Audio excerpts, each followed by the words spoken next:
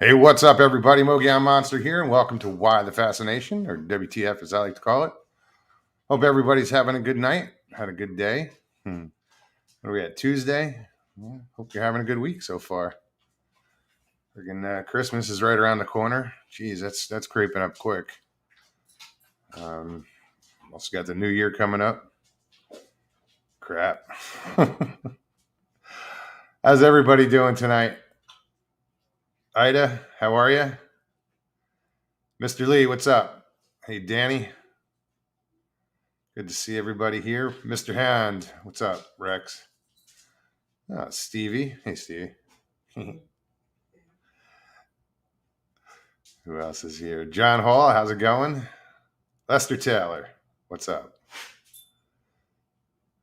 Gary Sr., how are you, man? Who else? Juanita, I know you're here somewhere. Hola.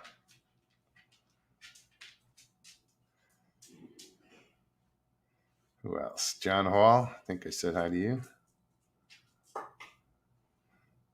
I'm glad everybody's here. Yeah, if you guys never, well, you're all familiar with the show. Same old, guys. Tyler Howell Outdoors, what's up, man? Good to see you.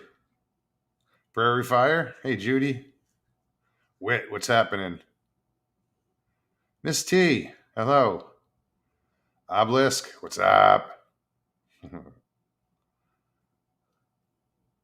KC, mahalo. Hey, Kelly. Oh, everybody's popping in all at once. Hello, Emma. Great to see you.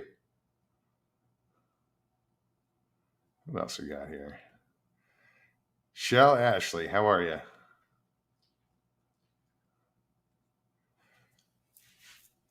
So yeah, guys, I'm going to be posting the link in chat. Claude, what's up, man? Didn't get a chance to watch. I started to watch, but I got distracted. So I really didn't watch any of it. Claude sent me the link to his show he just did with Hidden Existence. I'll check it out, dude. Things are just crazy, you know? And thank you for sending it to me. Hopefully, you got through it okay. Because it seems every time you come on here, something goes wrong.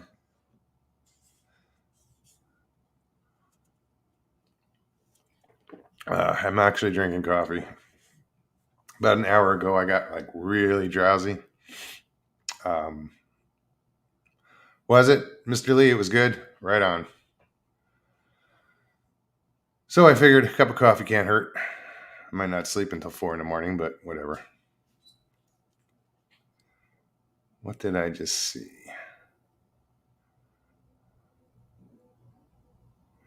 Papa, what's up, man? So now, is that the Darius Rucker version, or is it, what is it, the old Crow Medicine show? They did that one too. I think they did the original. Either way, it's a great song.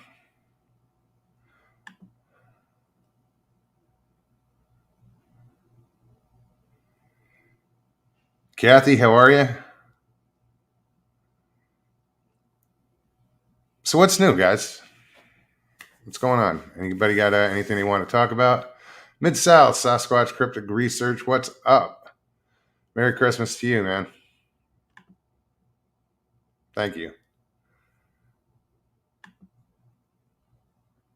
You know what? Let me just throw this in here. The link for the show is in chat. It's pretty simple. If you want to come on, just click on the link. If you've never done it before, it's pretty simple. Follow the directions. Do your little, check your mic, check your camera. And just make sure that your YouTube is off in the background and you're just on StreamYard. This way we don't get a feedback. And if you want to be on camera, you can be on camera. If not, you'll see at the bottom of the screen, it says stop camera. just click on that and you don't have to show your face, Mr. Lee. um, Isaac, what's up, buddy? Great to see you. Geez, Miss T, I think you covered everybody there. Yeah. Sharon Guy, how are you? So now what is it, Stevie? That nobody else can put the link in chat except me. No, not when you're using the phone or the tablet. Oh, okay. I'll just keep spamming my own chat with the link. I know. What are we good for?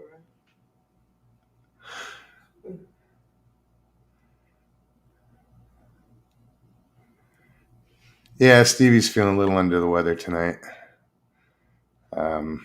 She inadvertently got the cold that I had. Close proximity, it happens. I feel bad. You should. She said I should.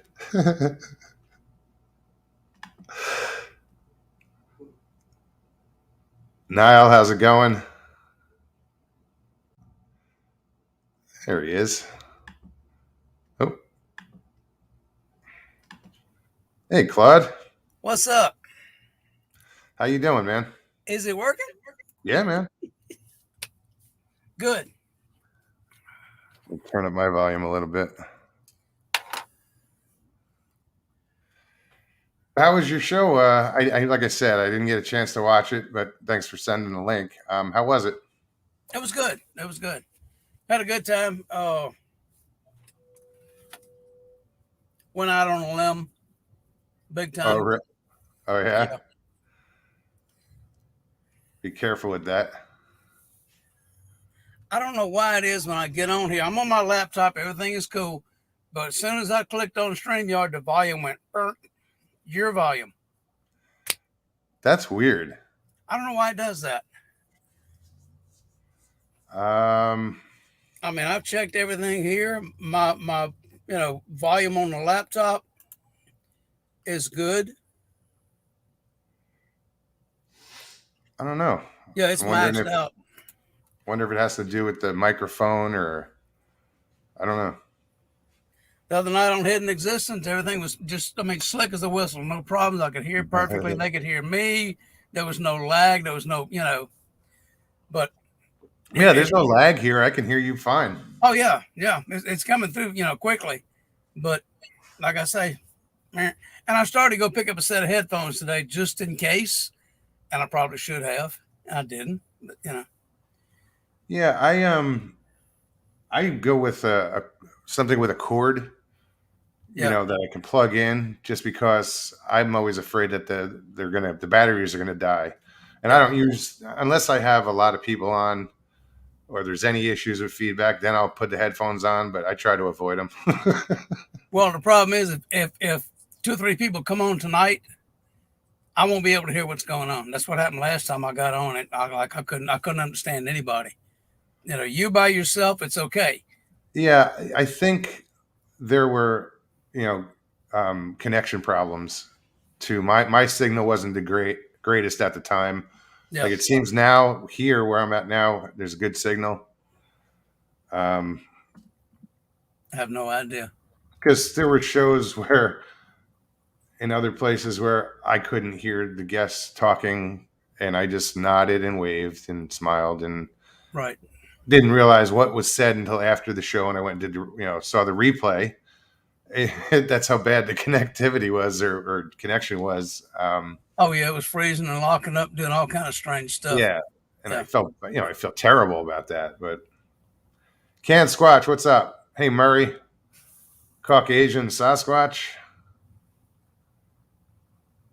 Good to see everybody. So, you said you went out on a limb. Yeah. Oh. I think I know what you're talking about, but as far as what you could reveal? Yeah. I've been having conversations with Sasquatch. Yeah. very, very in-depth, ongoing conversations about who they are, where they're from, what they do, how they do it, why they do it, and there's I didn't realize That's anybody a else. female though, right? Huh? Yeah. And that was Christy Sci-Fi does this. She's talking to a male. I don't think there's any gender connection. It just happened to be that the first one I ever heard talking to me was this female. I'm walking a trail headed into a thicket, and this female voice says, "Don't come in here." I'm like, "Who? What?" And I heard it in my head. I didn't hear it in my ear. And I said, "What?" And she said, "Don't come in here," meaning that thicket. I'm like, I got this feeling that if I did, it would not end well. So I didn't. I went the other way. And it never occurred to me. This was in 2020, spring of 2020. I never realized that I could actually talk to them until I tried. And I called her out. I said, I want to talk to the Sasquatch that told me that. She said, "What do you need to know? What do you want?" I go, "Hi." Going on, Mug? Conversation started from there. What's up, Mid-South? How's it going, man? Man, it could be better, but it's It can going. always be better. I'm stranded in West Memphis, Arkansas right now, trying to get back to Mountain Home. I've been stuck at this pilot station for 2 days, trying to get some funds transferred to my PayPal account. The ticket's $65 for a bus ticket. I was coming with a friend of mine, and his transmission went out on his truck. So I've been stuck ever since. Oh, I know that feeling, brother. Yeah, it's rough. I walked all the way across the Memphis Bridge over into West Memphis, and here at this pilot. I've been stuck here since yesterday morning. Wow. Where's your friend with the truck? He went back to Memphis. How you doing? And you got stranded. Yeah, I can't take Memphis no more. Ain't nothing but killing going on in that town. Nothing but drugs and killing. And I'm clean. I've been clean now for going on 5 months. Well, keep it up, man. Yeah. Absolutely keep it up. And the only way I'll stay clean is to stay away from Memphis. Well, you do what you got to do. God, that's some smoke to blow. I'm just wondering if there's anything we can do to help you. My PayPal account's linked to my channel. If anybody can donate at least $65, that'll get me home. I got a place to live and everything in Mountain Home. It's just trying to get there. I'm on foot, me and my backpack. All right. What's the full name? Hold on. I'm going to put up a banner real quick. I'm going to create a banner.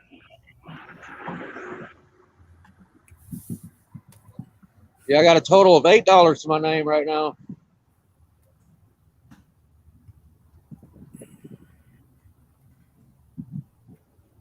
Bear with me, guys. How you doing? Merry Christmas. So what's the channel? Mid-South Sasquatch what? Mid-South Sasquatch Cryptid Research. What a Scrooge that dude was. Bitch.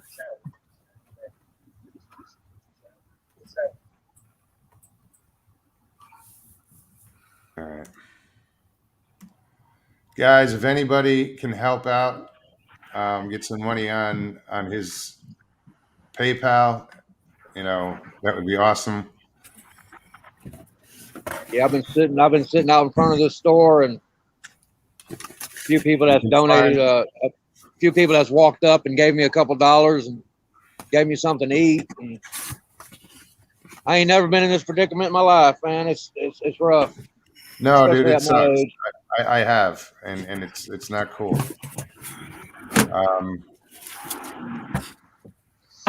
So you can where is your PayPal? Is it in your description? Is it in your banner? Yeah, it's in the description of my on my channel. Right on. Well, if anybody's going to help, we'll do what we can here.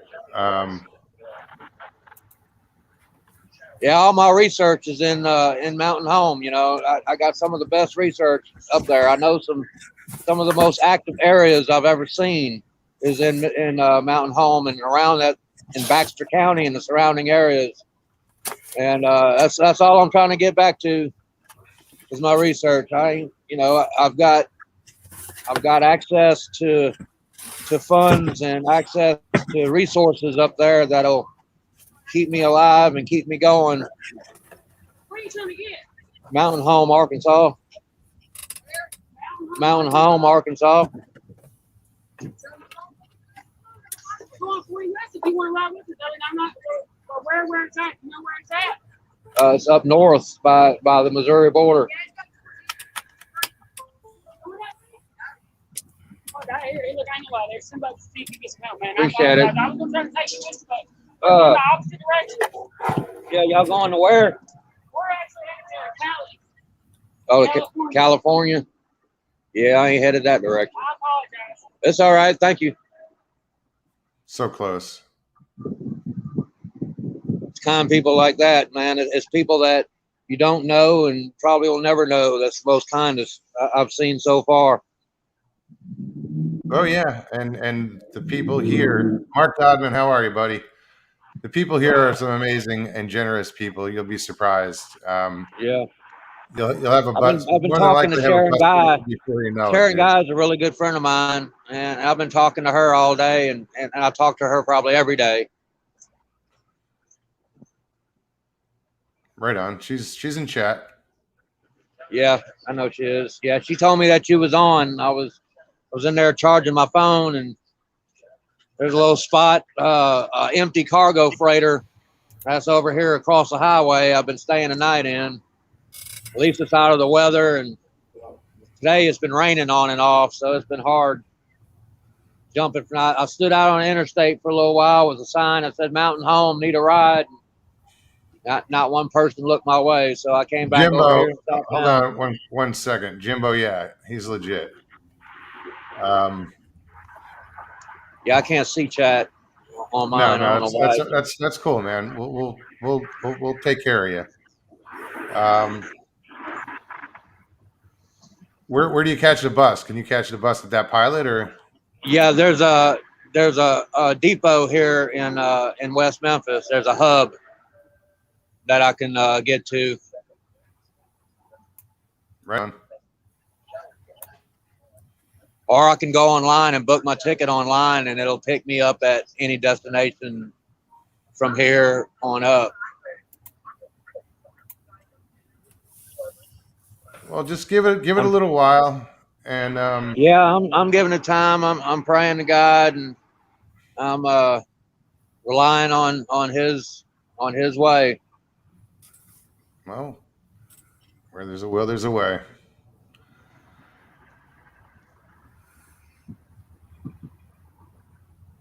Stevie B says PayPal is immediate if you donate directly to his account. So, guys, you can find his account in the description. Yeah, just go to my page, Mid-South Sasquatch, and go to the description, and it's down at the bottom. My PayPal account's linked to it. All right. Or you can go to my telephone number. It's 901-437-3702. Don't give that out. I'm not. I got two numbers, so that's. I don't care. Yeah, not a good idea. No. And I can't edit that out, so hopefully I was loud enough that they didn't hear you. Well, it's off right now, so I'm surfing on Wi-Fi. Right on. Who else is here? I wish you luck. I've been that way myself a few times, but it hasn't been many times I've been this way. I mean, when I was younger, it was so much easier, you know. Yeah. And of course, But times you know were what? different back then. I remember This- you could stand out on interstate and stick your thumb out, and within 10 to 15 minutes, somebody picked you up. Oh yeah, yeah. Hitching was easy years ago. Not now. Yeah. You could sit out there all day with your thumb sticking out. And Don't worry, you'll be on a bus. Do you know like what they're running or anything? You'll be on a bus soon. yeah, hopefully. My screen's locking up. So, I mean, what? Just keep an eye on your PayPal account, and trust me, you're probably already there. Yeah, I'll keep an eye on it. If I know the people that are in chat, you'll be fine. Can you see me? Because my screen's locked up. Yeah, no, we see you fine. Yeah, you coming through fine. I can hear y'all, but everybody's face is frozen, including mine. Yeah, no, it's It's bad signal, I guess. yeah. Yeah, like I said, I'm on Seems all Wi-Fi. right. Let's see if Yeah. I can get back. Daddy, what's going on, man? Who else did I just see? That's the second person I had come through said they were going to Cali. Maybe it's a sign. No, I don't need to go there. Too many wildfires, too many earthquakes. And it's too damn expensive. Yeah. And right now it's pouring rain and snowing. So Yeah, I don't like that. I Miss don't like Nada paying Nada, $10 how or are you? $12 for a pack of cigarettes. What's up, Gypsy Road? Yeah, no, California is just ridiculously expensive. I was there like for 11 days once, and I went to like this restaurant. It was like a Baja Fresh, and I went to pay, and I was like, it was so much. I was like, did I break something? Like, what the hell? did I have company I didn't know about? Yeah, On my last trip to that, I grabbed a pack of cigarettes. It was $10. I said, "That no, not twice, not in California." That's about like New York. I went to Niagara Falls back in 2002, and cigarettes for a pack of Marlboros, they were like $11. yeah. And Luckily, I had brought like 2 cartons with me when I went, and then I thought that was expensive. I went over to Montreal, Canada, and stayed 2 weeks up there. Yeah. And damn, a pack of Marlboros, American cigarettes, was like $18 a pack. Yeah, I and bought a you could probably only buy them in the hotel in like a duty-free shop because they don't have American they got, cigarettes up there. They've only got like 2 brands of cigarettes, a Class A and a Class B. Yeah. You got Class A non-menthol and Class A menthol, and then you got Class B non-menthol and menthol. And now I think they're going to stop selling menthol up there. Yeah, it's supposed to cut out menthol all over, from what I understand, and I was that up there makes in no sense. 2018. I went to buy That a don't make can no of dip. sense at all. I mean, because What was that, you'll still be able to buy the roll-ups, the tubes. Yeah. And the tubes themselves, the filters, have a mentholated menthol in them. You got to crush them. Well, yeah, the Newport has the crush. Yeah, Camel and A Camel Crush, that's what it was. Camel Crush and Not to drop all these names. We're not promoting smoking, guys. We're just I bought a can of dip when I was in Canada in 2018. It was $27 a can. Jesus. The guy told me, I said, "No, I don't want a sleeve." He said, "No, that's not a sleeve. That's one can." I said, "Why is it so expensive?" He said, "You see all those stickers on there? Taxes and tariffs." There we go. He said, "The way the health system is set up, everything's paid for. But if you smoke or drink, you're paying ahead for the treatments they're going to give you when you're 60 years old, can't breathe, or your liver shot or whatever. Huh. That's why all the taxes are on there." I remember I was up in Canada. Geez, I was probably late teens, early 20s. Yeah. And we were fishing up there. We were night fishing. We ran out of bait. So I started trading with the locals. They had a shit ton of live bait. I was trading cigarettes for bait because they couldn't get the American cigarettes. Yeah.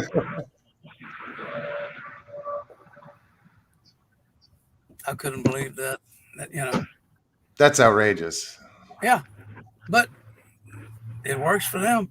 You want free health care. That's what it's going to cost you. If you smoke or drink. Whoever donated $30, I appreciate it. Thank you, guys. If I can get 35 more, then I'm home free. There you go. Or I got 8, so I'll put that 8 with 29 or 28. Hold on, dude. That'll get me home. Somebody will come through for you.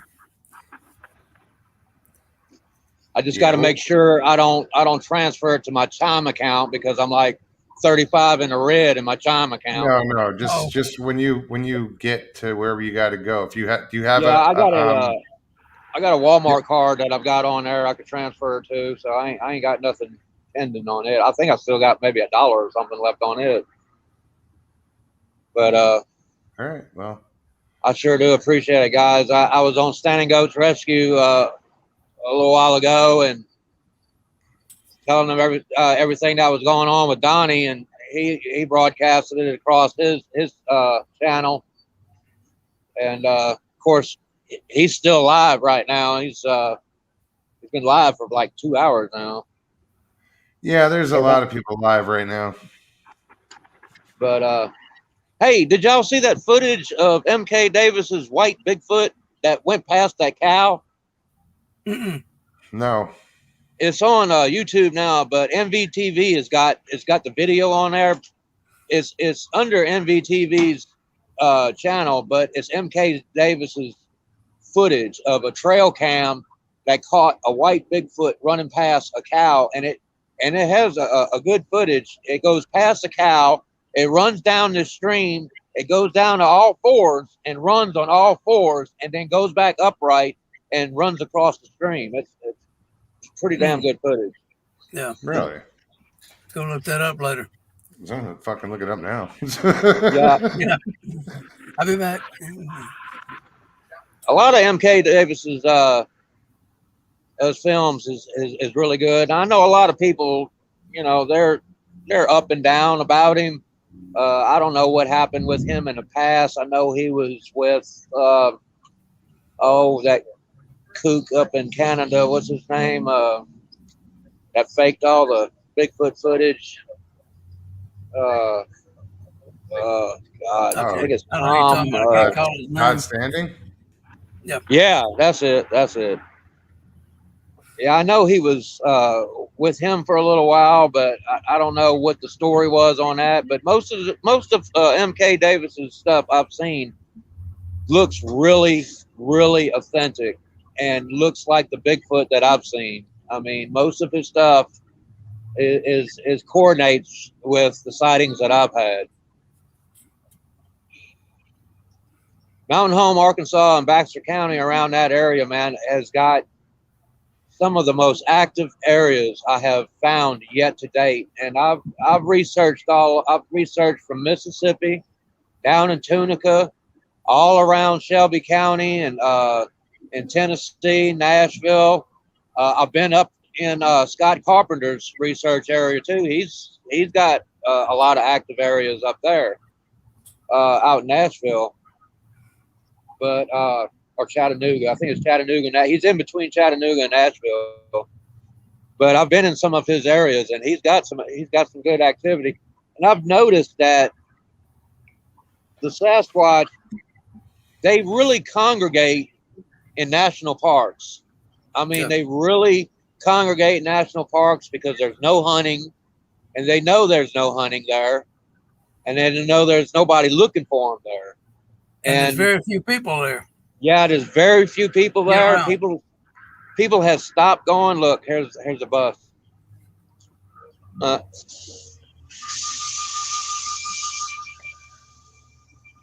Right on. Well, hopefully soon you'll be able to get on it. Yeah. Atlanta. Mr. Lee Where says, the "Can hell we is get Todd Zamora? Standing on the show, Mogs?" I'm not knocking Todd Standing, but I'm not. he is he has, I mean, some of the photos he's got a Bigfoot. You can tell that's a human being, man. I mean, you can tell. It's I'm so not going to stupid. sit here and argue He Todd got Standing stuff. he got that one that's all painted in gray and he's got his eyes looking up like that. And I'm like, come on, man. Could be real. Then the Muppet, You don't, Yeah, you but the you know, know Muppet what? Bigfoot is my favorite. My favorite he's- is his Muppet Bigfoot. They say, yeah, man, the eye blinks. Yeah, the whole eye blinks. The eyebrow blinks all the way down to the to the underside of the eye. You can see somebody's finger in there just blinking it. Well, I'm like, he must be smoking I some don't good know. Canada Kush. I don't know about if these, those videos are fake or whatever, but I give the guy credit because he's out there doing this. He's doing a lot more than just what he's more than Yeah, he's I, more I than a give him credit. possible hoax. But I give him credit for going to the courts and everything, trying to get the illegalization of the hunting, and I give him credit for that. And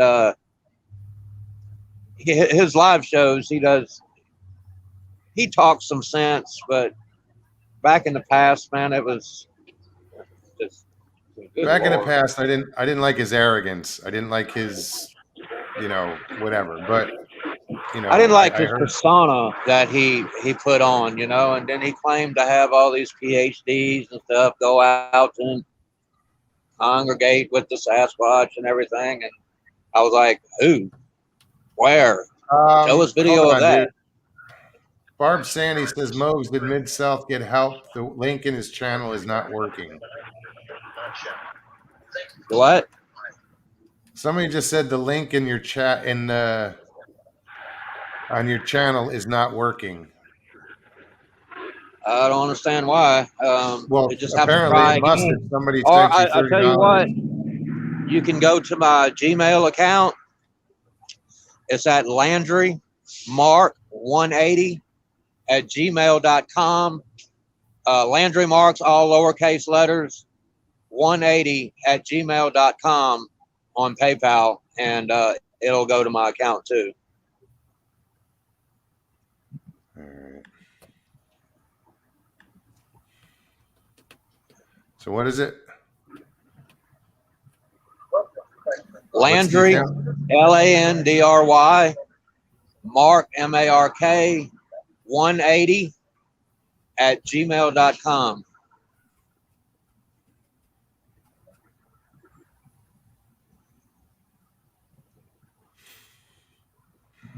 And you can also, there's another Gmail account you can go to. It's Mid-South Sasquatch, all one word, lowercase letters, 2020@gmail.com. Oh, it's sorry. I just spelled that wrong. I got to edit that.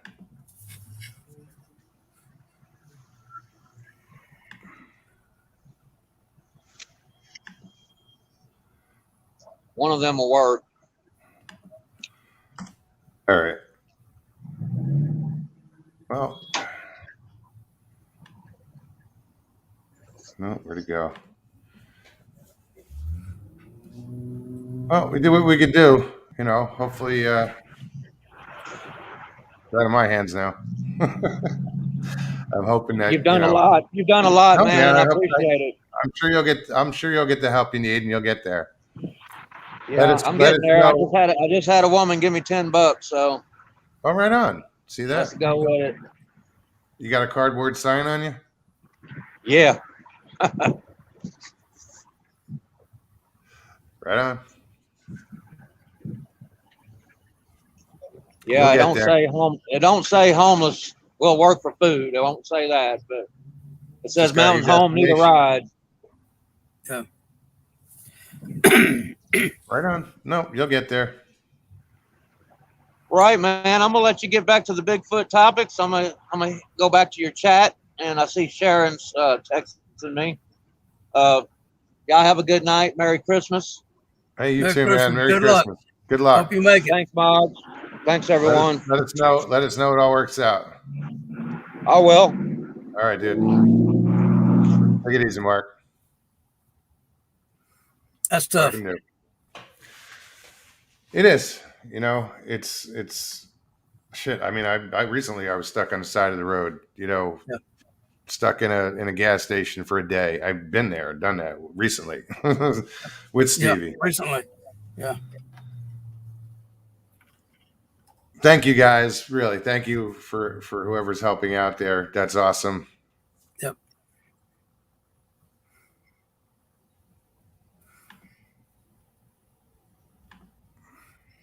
So where were we? I was out on a limb. I don't know about you. Oh yeah. So you were telling everybody how. Yeah, how I ended up talking to him. I said, this has been going on for about 6 months now. Oh, learned all kinds of things about their behavior, what they can and can't do, according to her. I mean, this is, Mhm. you know, the big things, camouflage. They don't particularly camouflage. What they do is block what you see mentally. They just go in and remove themselves from what registers in your brain. That's I don't know if I like that idea. They can read your thoughts. They know what you're doing. They know what you're thinking about doing. No, So you go hang a camera out. They know where you put the camera. I believe that in the whole The telepathy. yeah. Yeah. Don't say mind speak. That's sound like a No. Because I've experienced it. I've said it before. I've experienced it with humans. So, and it happens all the time. Yeah. Um, I've got a 50-year history of psychic involvement. I started when I was in my 20s. I started studying seriously with a group called the Inner Peace Movement, and they were into psychic awareness and communication and this and this. So just develop what I have. I mean, everybody's psychic. Everybody is. They oh no, I don't do that. Bull. Everybody is, and all you have to do is work to develop what you've got. yeah, I don't know what I got and how to use it.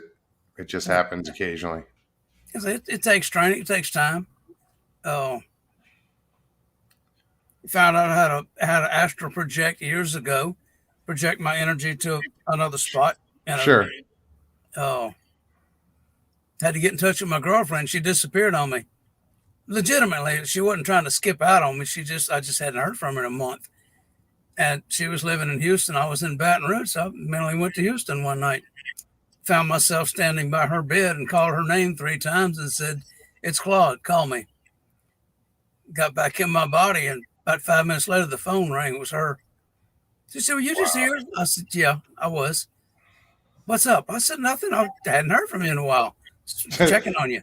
When you say, okay, yeah, well, I was, said, what's up? It was the answer. Yeah, that was her answer. "What's up?" And like, why did you come? She wasn't surprised. She taught me how to do it. Oh, okay. So, I mean, she knew, Most people would have been like, what the fuck? Yeah. No. She already knew I could do that. And it's once you learn how, it's easy. It's not complicated. You have certain things you have to do in preparation, but it's not the big mystery everybody seems to think it is.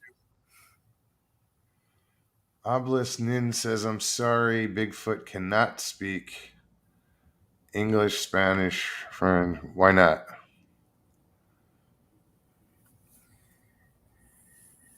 Why not? They don't have to. Just saying. Why? In telepathy, there is no language. Is it more, well, but you heard it in English. Don't go in the bush. Don't go, Yeah. I mean, it comes through as whatever language you speak. If you communicate with somebody in a foreign language, mentally, that it comes through in whatever language they speak. Or there's this universal language. I don't know Papa exactly says, how it works.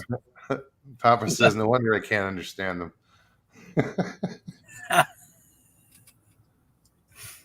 Oh,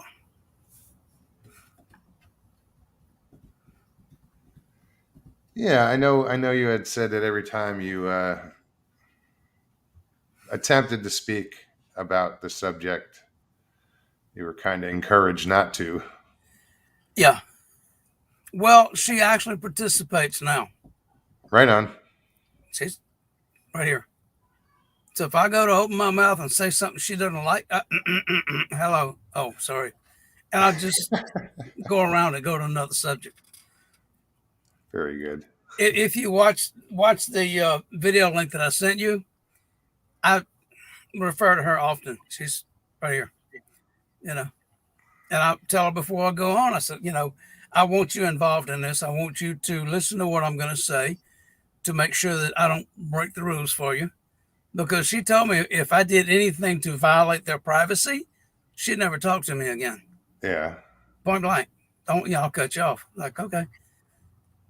So, I have to honor that. I want to honor. I don't want to do anything that would endanger them. What I'm trying to do is help people understand them. Why they do what they do, why some of them do what they do. I've asked her about cannibalism. She said, we don't do that. Some of our people do. Our tribe, our clan does not, and I said, what do you call yourselves? She said, the people. The people. Yeah, I've heard that. And I've heard that in more than one source. Absolutely. And she said, we don't mind Sasquatch because it means forest people or something to that extent. Yeah. We hate the term Bigfoot. She said, that's demeaning. Oh, come on. You're pointing out something, that to you is an aberration, is huge foot, She said, and her reply was, what if we called you Little Weenie? Okay, I got you. Now I know where you're coming from, And she's got a sense of humor that won't quit. What do they refer to us as? Ugly naked people or ugly naked ugly naked people, naked apes, or what, Yeah. Naked and afraid. There you go. She said, we put you in the woods, you're naked and afraid. Yeah, literally,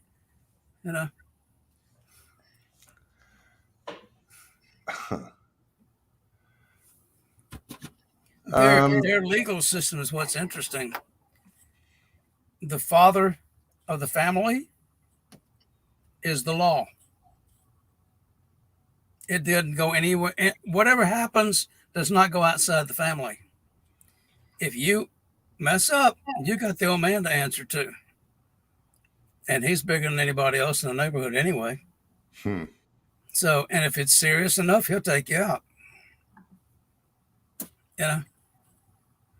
Miss Nada, thank you. Merry Christmas. Merry Christmas and happy holidays.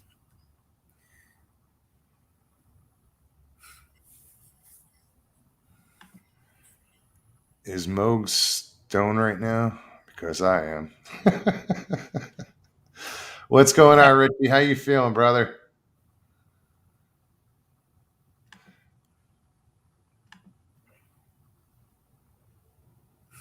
Yeah, I got the opportunity to spend some time with Richie last weekend or 2 weekends ago. We had a good time. We hung out. Cool. Yeah. Who else is in here? You told us about that on the last show. Yeah. Yeah, that's cool. I heard from a friend of mine who kind of sort of doesn't believe in Sasquatch, but does. And she was camping. She and her husband were camping at Caney Lake over here by Natchitoches. And they were there when the storm came through, the one that went through Kentucky and all that. We got the tail end of it. And she said after the storm passed, everything got real quiet, of course. And she said, I heard this, I don't know how to describe it, as a growl, as a howl, as a scream, whatever. And I said, kind of, and I imitated, the Ohio sound best I could. She said, yeah, like that. I said, how long did it last? She said, oh, a long time. I said, longer than a human could do? She said, yes, Sasquatch. She said, I don't know how far off it was, but it was clear. That after that storm passed, that the air just goes, deadly quiet. And she said, this thing cut loose. And it was, yeah. I said, so now you're going to start looking, looking for Sasquatch? She said, nope. I just want to let you know I heard one. Okay. What was her, I mean, when you said Sasquatch, what was her reaction? Did she already have in mind what it was? She knew. Okay. She had a good idea. She wasn't positive, but she said, I've heard bobcats. I've heard, panthers. She actually does these 20-mile cross-country runs. So she's out there in the woods by herself a lot. And, I said, well, if you're ever out there running and you get an idea that Sasquatch is following you or watching you, just stop and turn around and say, look, I know you're there. I feel you watching me. I'm not here to do you any harm. Please don't do me any harm. I'm going that way. You go that way. We're good. And she said, I do that all the time. I'll get this feeling. I've got eyes on me, be it a bear or a panther or whatever. I'll stop and, confront it. Look, I don't mean you any harm. I'm not going to hurt you. And I'm going away, And she said, I'll take off running again. So the idea of Sasquatch isn't foreign to her. She knows what most animals sound like anyway. So she was already convinced. And Richie, thanks for pointing that out. Prayers go out to all the families. If you guys know any of the families that were affected by the storms in Kentucky, prayers go out to those families. Yes, indeed. Been praying for them. Had some friends in that area, and luckily they were all okay. All right. So Sharon says, Mogs, Mark got the money to get home. He said, thank you.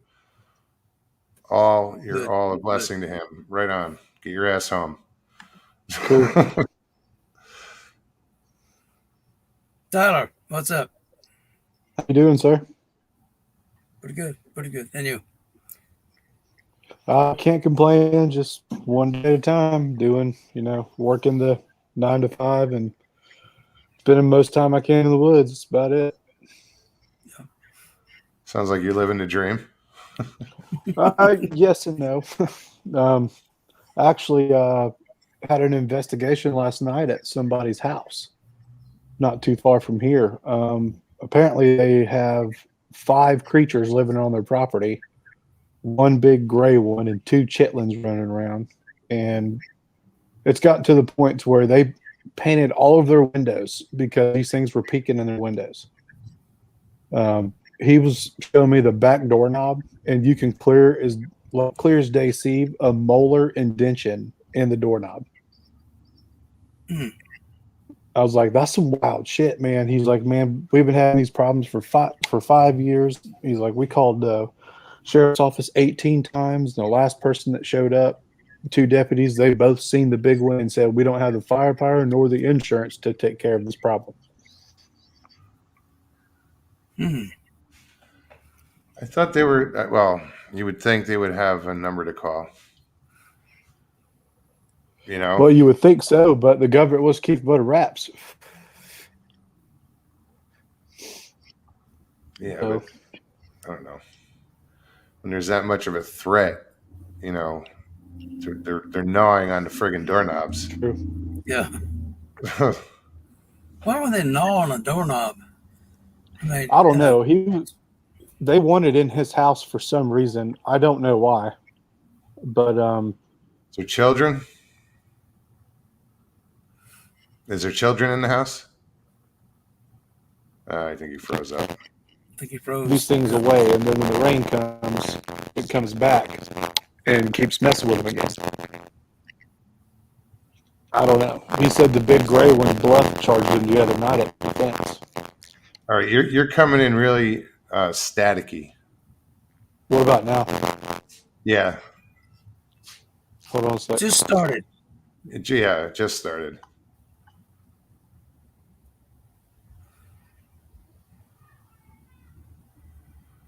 Miss T wants to know: has Claude ever heard of the guy who goes by Owlman, who speaks with Is that better? Bigfoot? I've heard the name. I'm not familiar with it. No. Okay. Can you guys hear me better now?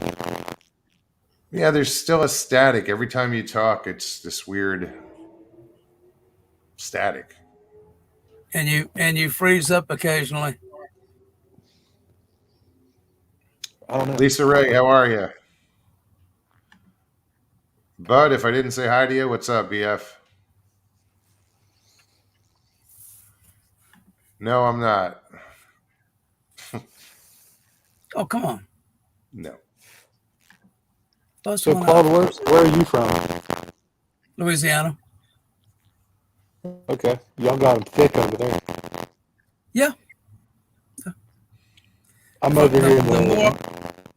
Sorry. Go ahead. No, go ahead. No, I didn't hear what you said. Oh, no, I was saying I'm from the Northwest Florida Panhandle. You're in the Florida Panhandle. Yes, sir. Okay. Yeah, y'all got quite a few over there too. Yeah, always go back pretty far. I'm trying to gather as much information on them as I can from people having sightings and stories. Brandon McHugh wants to know: Claude, has the female Sasquatch introduced any juveniles to you? Yes. She has 5 children. Twins at all? No. I'm not saying they can't have twins, but she doesn't. And she That'd be has, interesting if they I did. believe, 6 grandchildren. Damn. Yeah. Her oldest daughter has 3. The next oldest daughter has 2, and her oldest son has 1. So yeah, there's quite a family going on, and I have talked to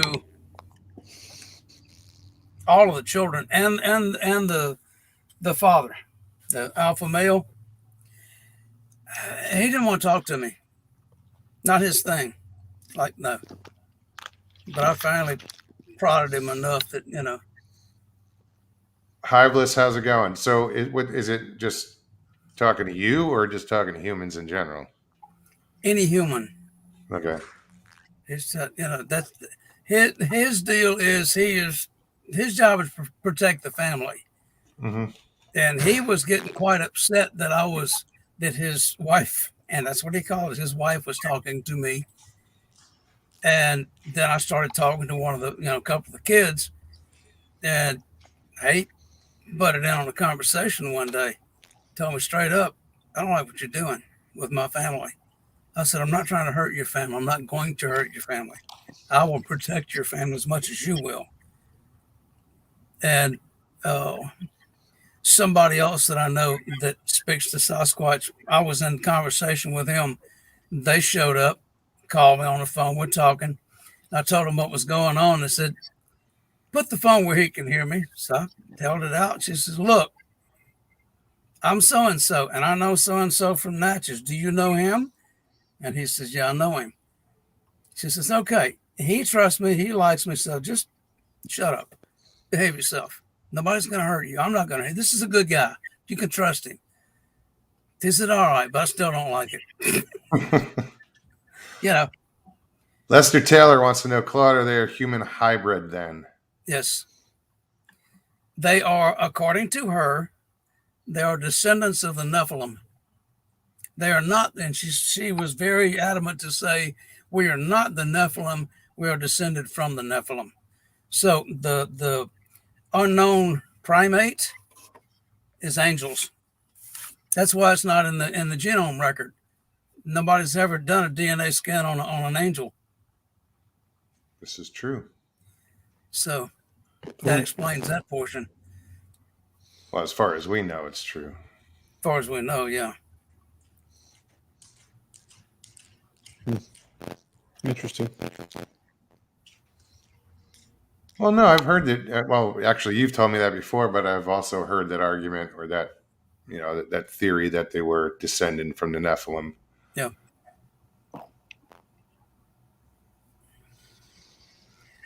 And she said, not. She said, well, this goes on and on. I mean, we could be here all night if you get me started. But the thing about them teleporting from place to place, people said, oh, they teleport. They do. Some do. Not all of them. She doesn't. Her family doesn't. They have no need to.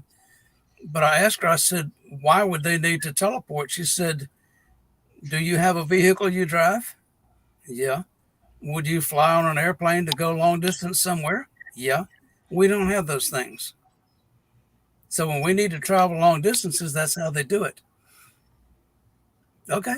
Makes sense. If you can, why not? You know, like me going to Houston.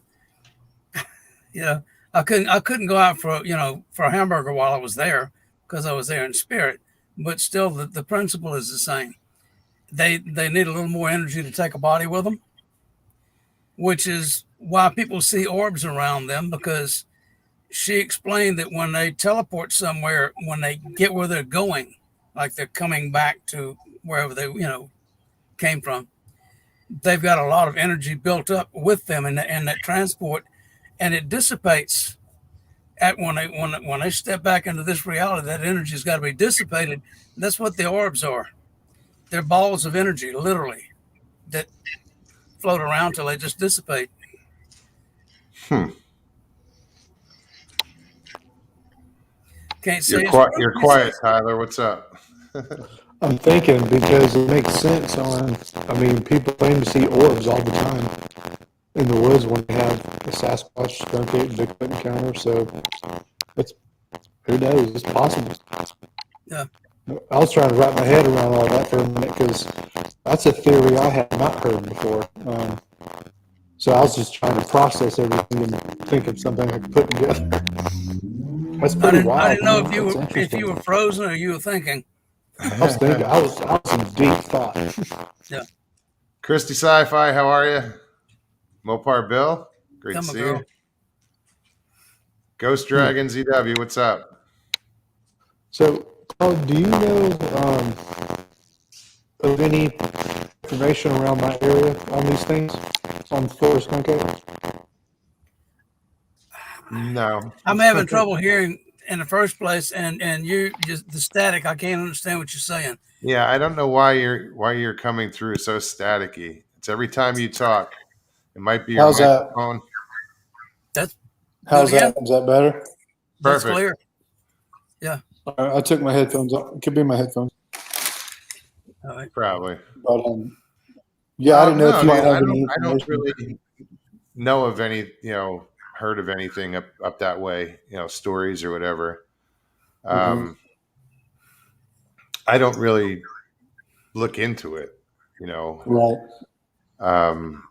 I'm sort of right now. I mean, I'd love to get out there more, but I right now I'm kind of busy doing other things, and once I get back to Arizona, that's when I'm going to do a lot more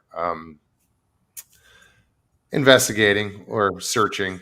I want to get up to I'm going to get up to the Mogollon Rim. There's some really cool spots up there I want to check out. But I will get more active in it. Right now, everything's on hold. Right. Yeah, I hear you. Yeah, me and Stacy Brown, we're going to be doing another investigation in February, so I'm looking forward to that. Where is that one? It's going to be over here in the Florida Panhandle, not Okay. far from his neck of the woods.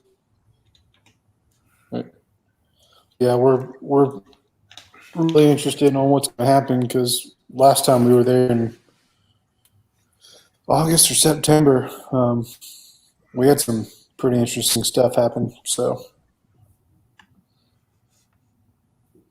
Yeah, I've only met him at the Florida conference. I wish I'd gotten out to the when they were just at Mayaca. yeah, we man, were we on had a our, good time. yeah, Stevie and I were on our way, and the damn truck broke down. Oh man, that's the son of a bitch.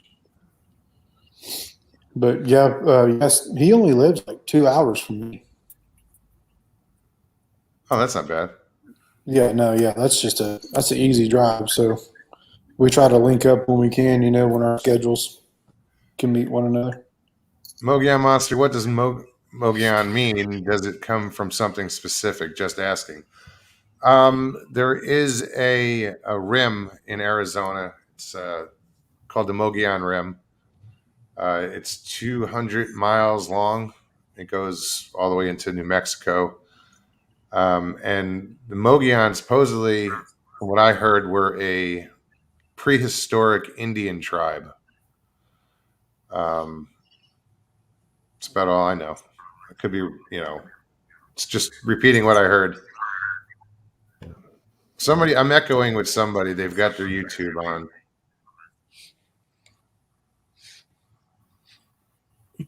Is your YouTube on, Tyler? You hear the echo? No. Or it's coming from your headphones? No, my headphones are unplugged. Are they? Not me. I learned that lesson a long time ago. Jimbo says, Mogs, we were going to come see you, bud. Oh, in AZ? Right on. Well, you're in, I believe Jimbo's in California. Scotty, what's up, man? Hey, Moggs, how are you, mate? Saw the lights on, thought I'd call in and say good day. How you been?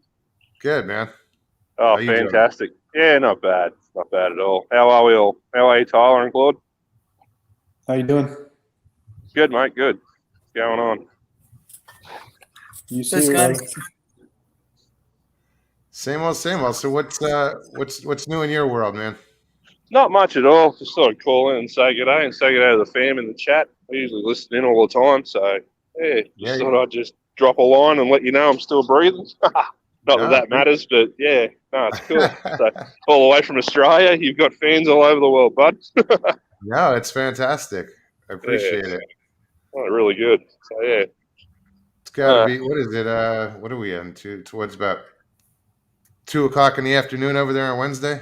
Absolutely, yeah, you smashed that. It's like you know. Oh, that's cool. Right on. Yeah. Oh, brilliant. So yeah, no, all good. I just thought I'd come on and say good day, and I'll leave you to it and jump back in the chat. How's that Right sound? on, man. Well, welcome. You're welcome anytime. Thank you very much for that. Lovely to My hear your pleasure. voice face to face. So yeah. Yeah, man. Cool. All right, guys, I'll leave you to it. All right. All right. Take care. All right. Bye. All right. Hiveless B, what's happening?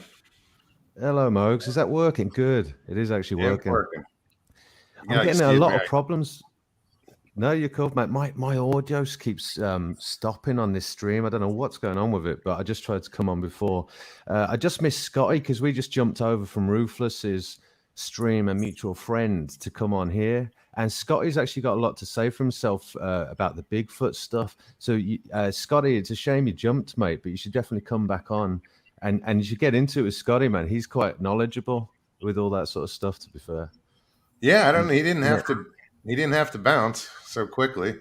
Yeah, Scotty, jump back on, brother. I won't stay long because I can't do late ones. I just had my neighbors tell me that they could hear me chatting all night when I was doing the live streams. So I'm going to have to. I know. I had a letter. They were very polite, but, happen, I guess.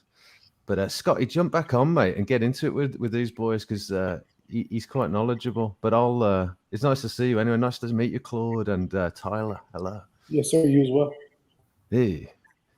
How you doing, man? What you been getting into? We've just come over, like I said. What were you talking about before? Hold on. Niall says, Mogollon, Arizona mythical tribe. There is no proof or whatever. I'm just going with what I heard. So you may or may not exist, right? No. No, as far as the origin of it, I heard it was a prehistoric tribe. Yeah, I've heard the same thing. By the way, Muggs, when you're headed back to Arizona, if you manage to come through Louisiana, I'll give you a free place to camp. Oh, right on. Come hang out for a couple of days. Yeah, I got to see. I don't know when it's all gonna come together. You know, I I'm was not hoping going to anywhere. get there before Christmas. I don't know I'll if be that's there. going to happen. I'll be there. I'm not going anywhere. But That's my new home now. if I miss Christmas, there's not going to be a hurry to get there anyway. So that after that, so yeah, I'll probably have time. Well, if you show up after hunting season, we can go walk the woods without any fear of getting shot. You know? Yeah, that's always a plus. That's a plus. Yeah. I noticed that. Did you watch Pine Island Research last night, everybody? No, I did. I never even heard of that. Oh no, Yeah, it wasn't so- last night. Was it the night before? I kind of get mixed up. No, he was What on. Jeff was on last night. Right. Okay. He had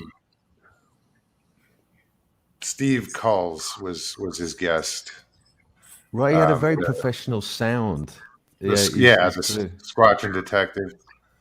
Right. Yeah, I was busy. I caught some of it, but then I went and I joined them after the show. So we hung out for a while. There was a bunch of us that hung out and had a little chat. Oh, cool. I noticed Jeff was throwing down, man, stirring the pot, Jeff. Not that I understand the politics, but I noticed Jeff was throwing down. Like I said, Come on, dude. I don't know. Niall, I didn't say. Hold on. Niall, I didn't say you know nothing. I'm just saying I've heard so many different things. You know, can't. Never mind. Anyway. I'm just gonna stop talking. Thank you, Mr. Look, I'm Lee. gonna head out. Good seeing you guys. Claude, thank you nice so to much, meet man. you. I just wanted to Pleasure, prove to man. myself I could actually do this. And you know, No, it's great. I'm thrilled.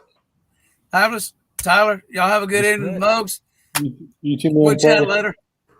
Thank you, sir. All Talk right, to you y'all have a soon. Merry Christmas. All right. Mogs, Two man, thanks. guess who just jumped up on a stream with me? Michael Hayward just jumped up on a stream very briefly. Oh, really? Yeah, it was his first time. He was quite nervous, but he was just on for a couple of seconds trying to get over the nerves. So fair play to you, Michael. That was good. That's awesome. Getting there. Slowly. I think one day we might even get to see Mr. Lee get up. What do you reckon? I don't know. He's got some serious stage fright. I know that much. One day. You never know. No, I'll get him. You know, we'll figure it out. We'll get him on. Well, Mogs, you know what I might do? Like I say, it's no good me just whispering. I came up just to offer Scotty some moral support. We just kind of missed each other. But it's really nice to see you, Mogs. And Tyler, really nice to meet you, brother. And I'll see you soon, too, okay? All right, man. Sounds See you later, good. guys. Bye. Take See care. you, Jeff. Hey, Jeff. Hive left. I was going to say I missed him. I haven't seen him in a while. Yeah, he's having. It's up to him if he wants to come back on, but he's having. I know He just got the bailed. neighbors mad at him. He just moved in too. Oh, really? Yeah, he's just moved into that place within the last month, and I guess he's finding out that there's a noise ordinance he wasn't aware of. Wow. But I just wanted to stop on and say hello to you. I haven't seen you since last night when we chatted, and Tyler, how are you doing? Doing well, man. How are you? Hanging in there. I hear you. It's all you can do sometimes is just hang in there. Yep, like a hair on a biscuit. Exactly. Never heard that one before. Yeah. You got to tell Stevie I appreciated her popping in on the show last night in the chat. She left a comment, really nice comment, and I appreciate that. Oh, right on. Did you hear that? Oh, someone's asleep. Oh, Damn it! Now I gotta whisper. well, she's not snoring yet, so No, I have to turn the gain down on the mic. no. If she starts snoring, just bring the camera over there and put it right in her face. No, that would be an instant death sentence for me. Well, not till tomorrow when she watches it. Could you imagine that? How embarrassing. Just imagine if she didn't know and she was just watching the show tomorrow and then she sees herself snoring. Yeah, like Close up. She killed me. Cryptids Canada, what's up, Leslie? Good to see you. Yeah, that wouldn't end well. Probably not. Probably not. So did you guys wrap up after I left? Oh last yeah, night? we didn't hang on too long. Yeah. I got to be conscious of. I got 2 teenage boys that are in their finals week at school right now, so I can't just be in here yabbing away all night long. Yeah, no, you gotta play dad every once in a while. Yeah. They're excited and get the next couple days done, and then they're on Christmas break for 2.5 weeks. So Oh, nice. got to figure out something special to do with them so they don't get too bored. They got mad because I went out to the Black Hills here. I left last week on Thursday and spent 3 days out in the Black Hills. It's on the other side of South Dakota, on the western side of South Dakota there. And they got 12 inches of snow. So we were out there snowmobiling and did some mountain lion hunting. And my 17-year-old was really pissed off. He couldn't go with. So he's like, "What? We're going back next week." I said, "Well, I don't know if there'll be any snow left then, but looks like there will be. It's not getting warm anytime soon." Mr. Lee, thanks for posting Jeff's channel. Yeah, appreciate that, Mr. Lee. Why don't you come on here and I'll thank you in person. Hop on. We're gonna have to plan a special show for that. Like I want to get him just like I can do a StreamYard with just him and I, no recording, no live, just chat. That's what I want to get him on and just have a conversation with him, get him used to the camera. You know that series they have, The Masked Singer or whatever it's called? Yeah. I mean, you could do that for a night where people who don't normally get on put on a mask of some sort and don't put their name in StreamYard and just pop on and start. You can sing or just chat with everybody and everybody's left trying to guess who it is. I don't know. I come here so I don't have to wear a mask. Good point. Well, half your guys tonight had accents, so that would make it easy. Those Australian and UKers, they can't hide, and your fellows from Ireland, they can't hide that either. We could guess them pretty easily, but yeah. And then there's Paulie, you can guess him. I mean, you could bury him 6 feet underground and have him talk. I'd know who it is. Excuse me. I'm still dealing with this cough. Yeah, I've had a little bit of a cough too, and it's kind of weird because I don't, there's no other symptoms. It's just this itchy throat that can't make it go away. Yeah, I have this little cold, but there's no fever involved. There's the crap in the chest, but then I heard on the radio that there's something going around, and it's not the. There's always something going around. I'm saying it was like she called the woman who described it called it crud. Yeah, the crud's going around. Yeah. Yeah. Jeff, where are you from? I'm normally from northern Minnesota, but I do have a real estate business in the Sioux Falls, South Dakota area. So one's extreme, Sioux Falls is flat farmland, not very squatchy. And then northern Minnesota, where I'm at, is pretty remote up there in the woods. So it's only about 6 hours apart, but it's like opposite ends of the earth as far as what the landscape looks like. That's crazy. Oh, wow. I could imagine. Yeah. It's fun. I can do, I'm really big into the outdoors. So, up in Minnesota, I do all the fishing and, there's a lot of bear up there. There's even moose up there.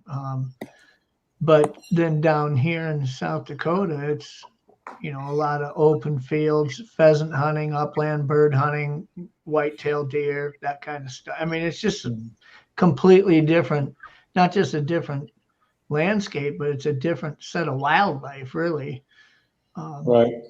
That's what I was telling Stacy when we were over in the Mayaca, where I live in the Panhandle, and then Mayaca. It was like a damn jungle down there, man. Damn, there's vines hanging up. Tarzan could swing on them. You know what I mean? We don't have that shit It up is, here. man. I'm really familiar with the have Panhandle trees and area. palm trees.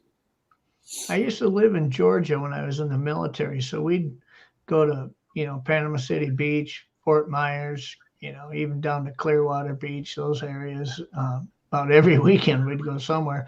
So, but never really outside the Panhandle. I mean, south of Tampa, I never really got down into when I say I should say the Gulf. We were up in the Gulf. And I never really got down into, you know, Orlando and all that, even down to way south, Miami. When we're planning our vacations every year with my family, we're always looking at VRBO, trying to decide where we want to go and rent a place. And, you know, Southern Florida's always in that discussion, but, you know, we usually end up going back up into the woods somewhere. I'd like to get up to Alaska this year, but go see Jackie maybe. Although it wouldn't be the same to go up there in the summer. I mean, if I go to Alaska, I want to go up there with the snowmobiles and be there in the winter. But, you know, I guess to each their own. I've got friends that go to Alaska to go on a cruise in Alaska. I thought, well, who the hell would want to do that? I mean, if you're going to be on a cruise ship, be somewhere where you can lay out around the pool, you know. If I'm in Alaska, you put me in Alaska on a cruise ship, and all I want to do is swim to shore because I want to go fishing and hunting and hiking. And sure. What the hell would you want to be on a cruise ship in Alaska for? But it's popular, though. No, I know it is. Squatch and Cowboy, what's up, Joe? Bigfoot and Nine, how's it going? Hey, Connor. What up, boy? I get to see Connor tomorrow night. Oh, yeah? Gypsy's doing a show on DNA, and he asked me if I'd come on it. And then he said, Carrie Arnold's going to be on there, too. So me and Carrie get to be the guests over there. Right on. Yeah, I'm looking forward to it. It's about an hour from here, hour and a half. Yeah. Connor's kind of the explorer, though. That's where his roots are. But boy, it seems like he kind of travels around that whole area. Of course, he knows so damn many people. He never has to pay for a hotel room or anything. He's got somebody he can crash with wherever the hell he goes. It sounds like. That's fun. Yeah, he does do a lot of couch surfing. Well, he's a good ambassador to the community. I don't know how many people I see show up either on, you know, I mean, I've only been doing it for a couple of weeks on my channel, but other channels, and they're like, hey, Connor sent me. You know, it's like, good grief. He's like the welcome wagon. All the time. He's like the welcome wagon of the whole community. Except he just comes over to your house with a ounce of weed and says, hey, welcome to the neighborhood. But all right, gentlemen, I'm gonna call it a night. I gotta be up at 5 o'clock in the morning. So, all right, Tyler, it was good to see you, man. Nice. Yeah, man, appreciate you having me on. You guys have a good seeing you. Yeah. Y'all have a good one. All right, thanks. Merry Christmas, dude. Merry Christmas, dude. All right, peace. Yeah, Connor is that ambassador. He's one of those guys that no matter what room he finds himself in, whatever the subject is being talked about, he chameleons right into it because he's not just stuck in one area of the paranormal. I mean, he's really pretty well versed in all the areas, you know. He's been out ghost hunting, he's been out looking for UFOs, he's been squatching. I don't know that you could find a paranormal subject that he's not familiar with or has some experience with. So Yeah, he knows a little about a lot.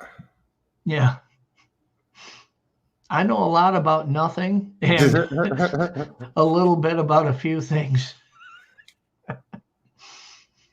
Yeah, I'm probably the same way. Little about a lot. I know enough to be useful, but not so much to get myself in trouble. So,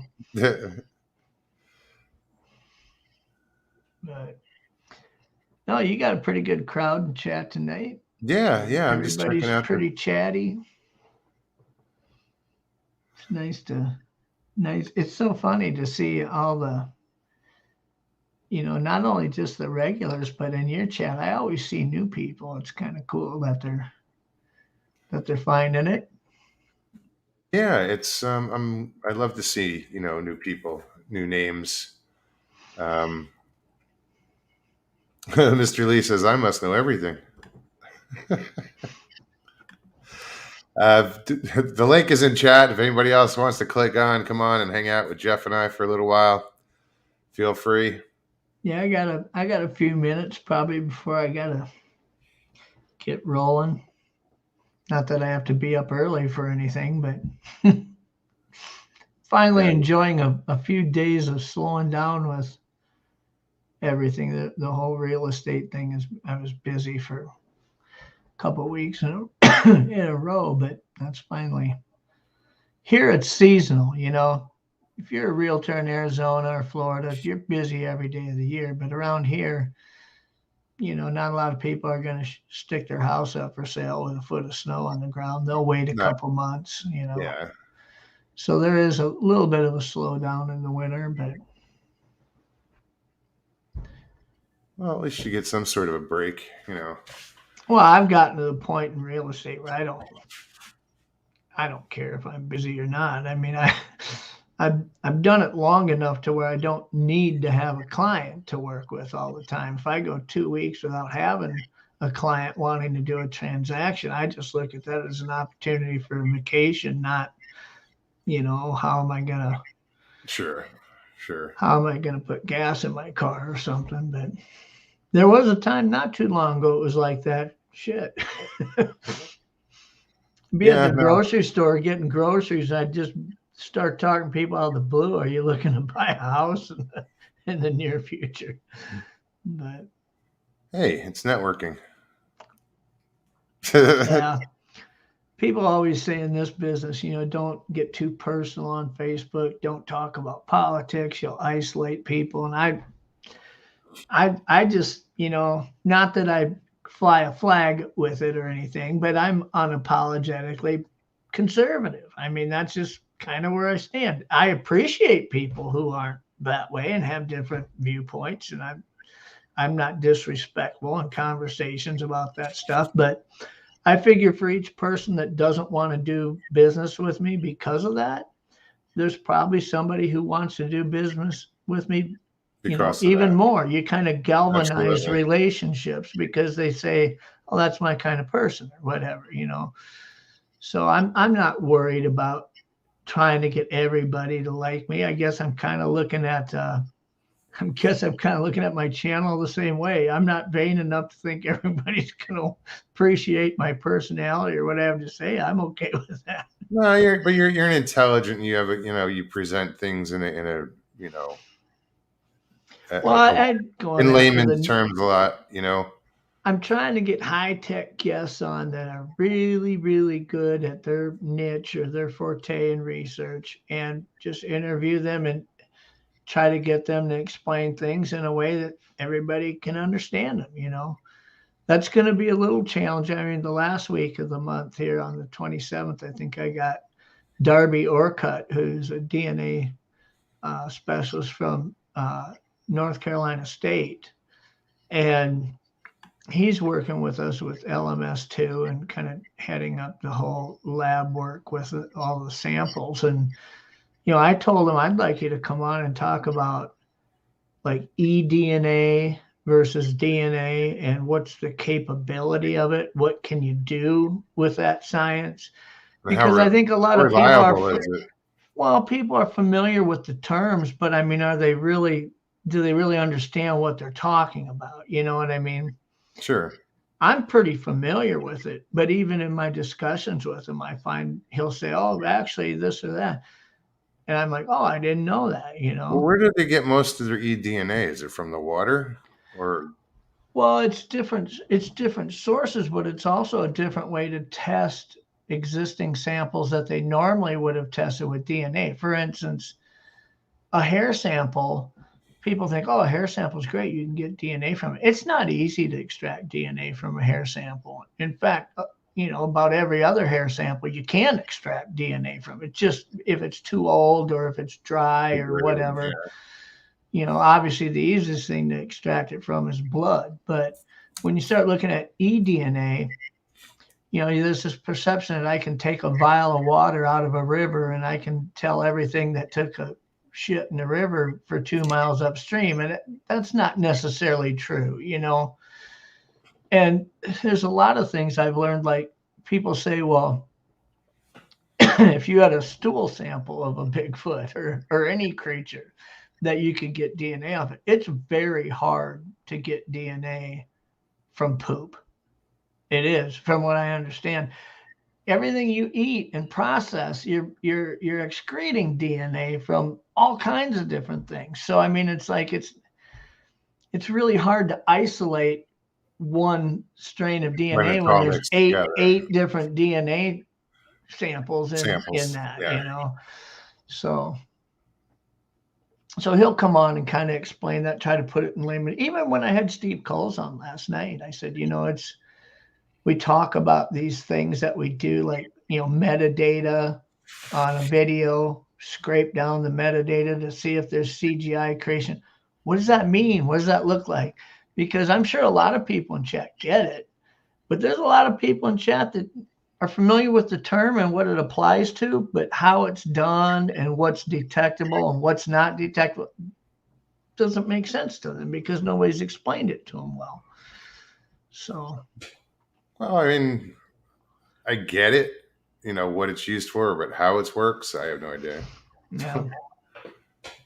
And some of the stuff I don't try to understand. That's why I have people on that are good at it. If I thought I knew everything about it, I wouldn't have any guests on, and then I'd just look like an idiot. So, well, Nada says, Mogs, from what I understand, the hair from a Sasquatch disappears with angel hair. But that there's question marks. I don't know how angel hair disappears. Yeah, me neither. I know that chat was going on earlier when Media Palace, how's it going?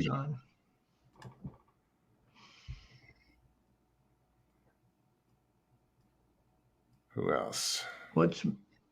So yeah, when Claude was on and talking about, you know, when he sees, you know, when, for instance, I think if I understood him right, he says, you know, if a Bigfoot went through a porthole, it's bleeding off a bunch of energy at that point, and that's why you see orbs and stuff.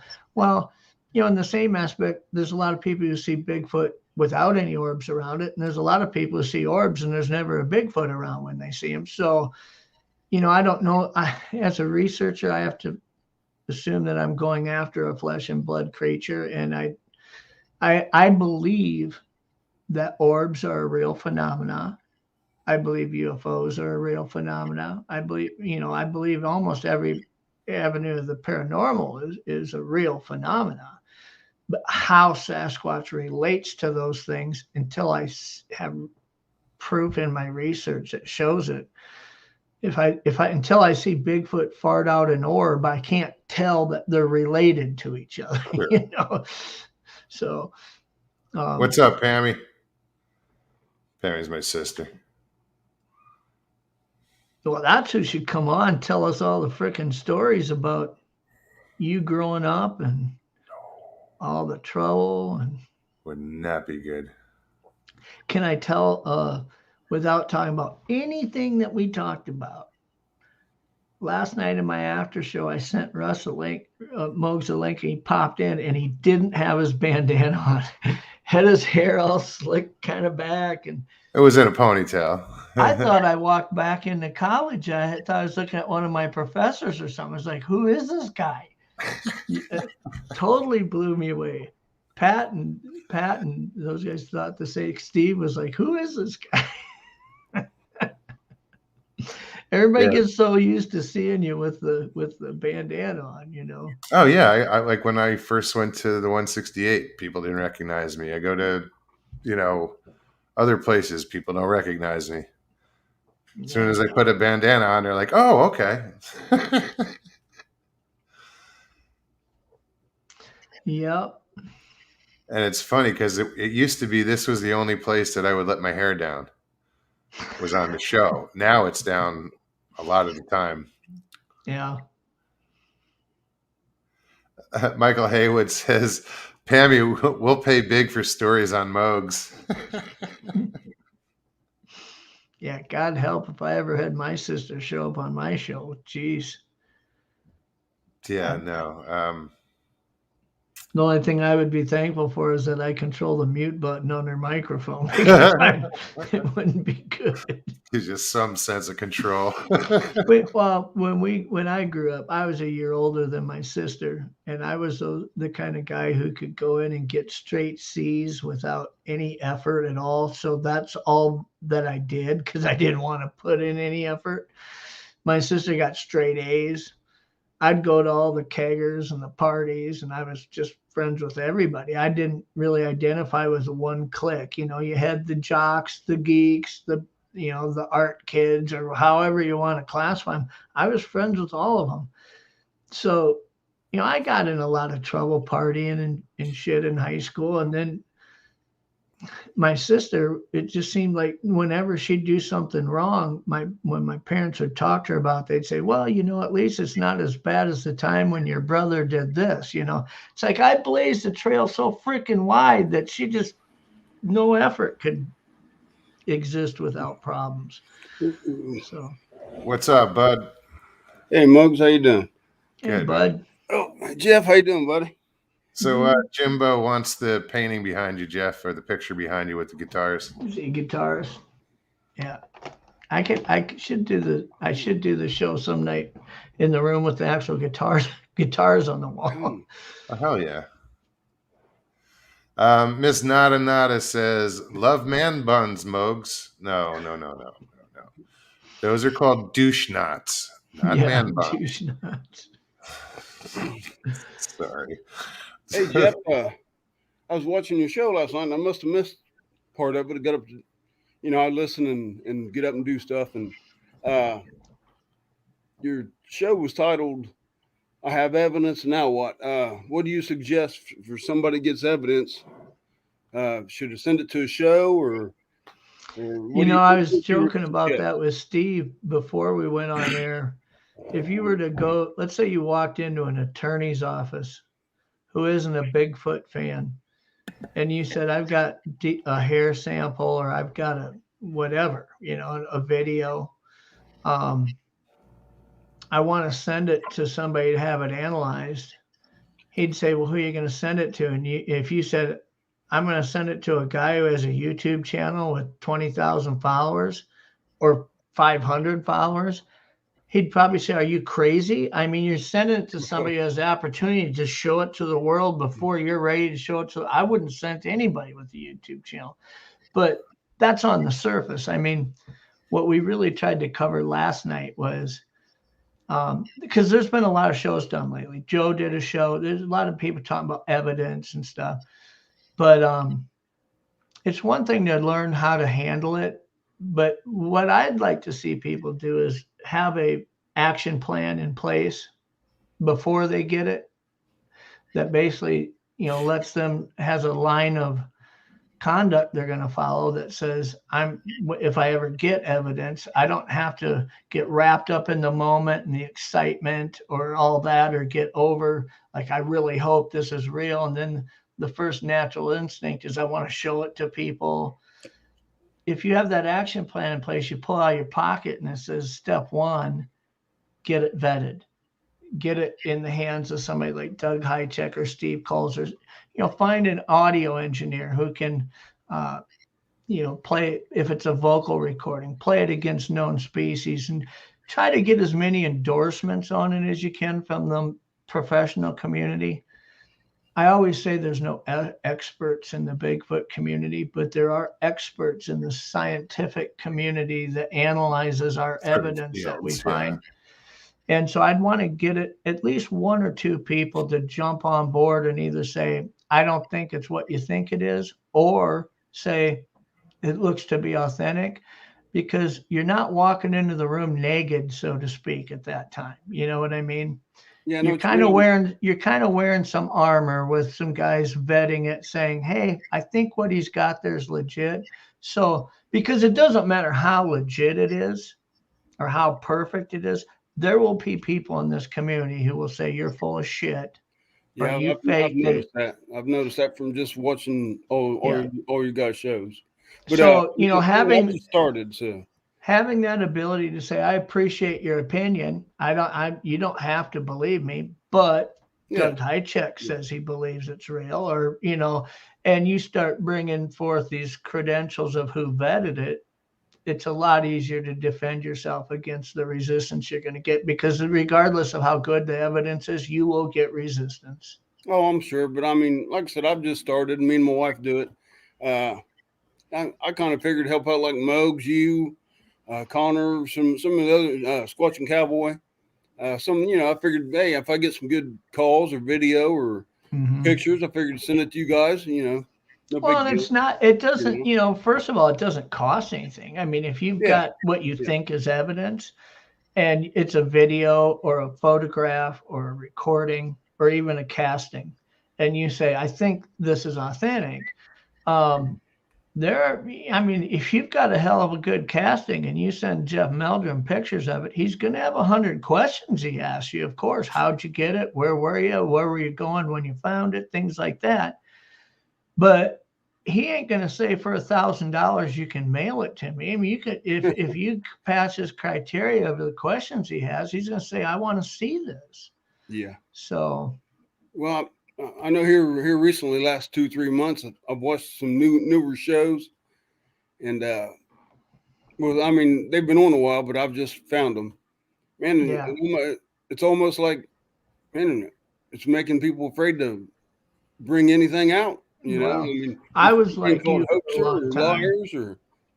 I was like you for a long time. I mean, honestly, I had an encounter that made me a believer, made me realize something was there. I really didn't want to step out in the spotlight and tell my story, because I had a living to make, and I was partners with a lot of big real estate investors and stuff, and it'd just take one of them to say you're full of shit, and then they all walk away and I'd be in trouble. So, I just didn't want the risk versus reward. I felt there was too much risk there, but I reached a point in my life where I just felt like I've made a good enough career and a good enough go at that to where I don't really care what people think anymore. Yeah, I'm retired. I'm set. I'm good to go.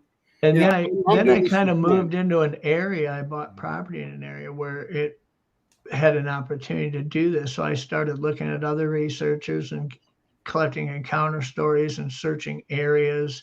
I put a lot of time for about 1.5 years in just searching possible areas within 3-4 hours of me up in northern Minnesota.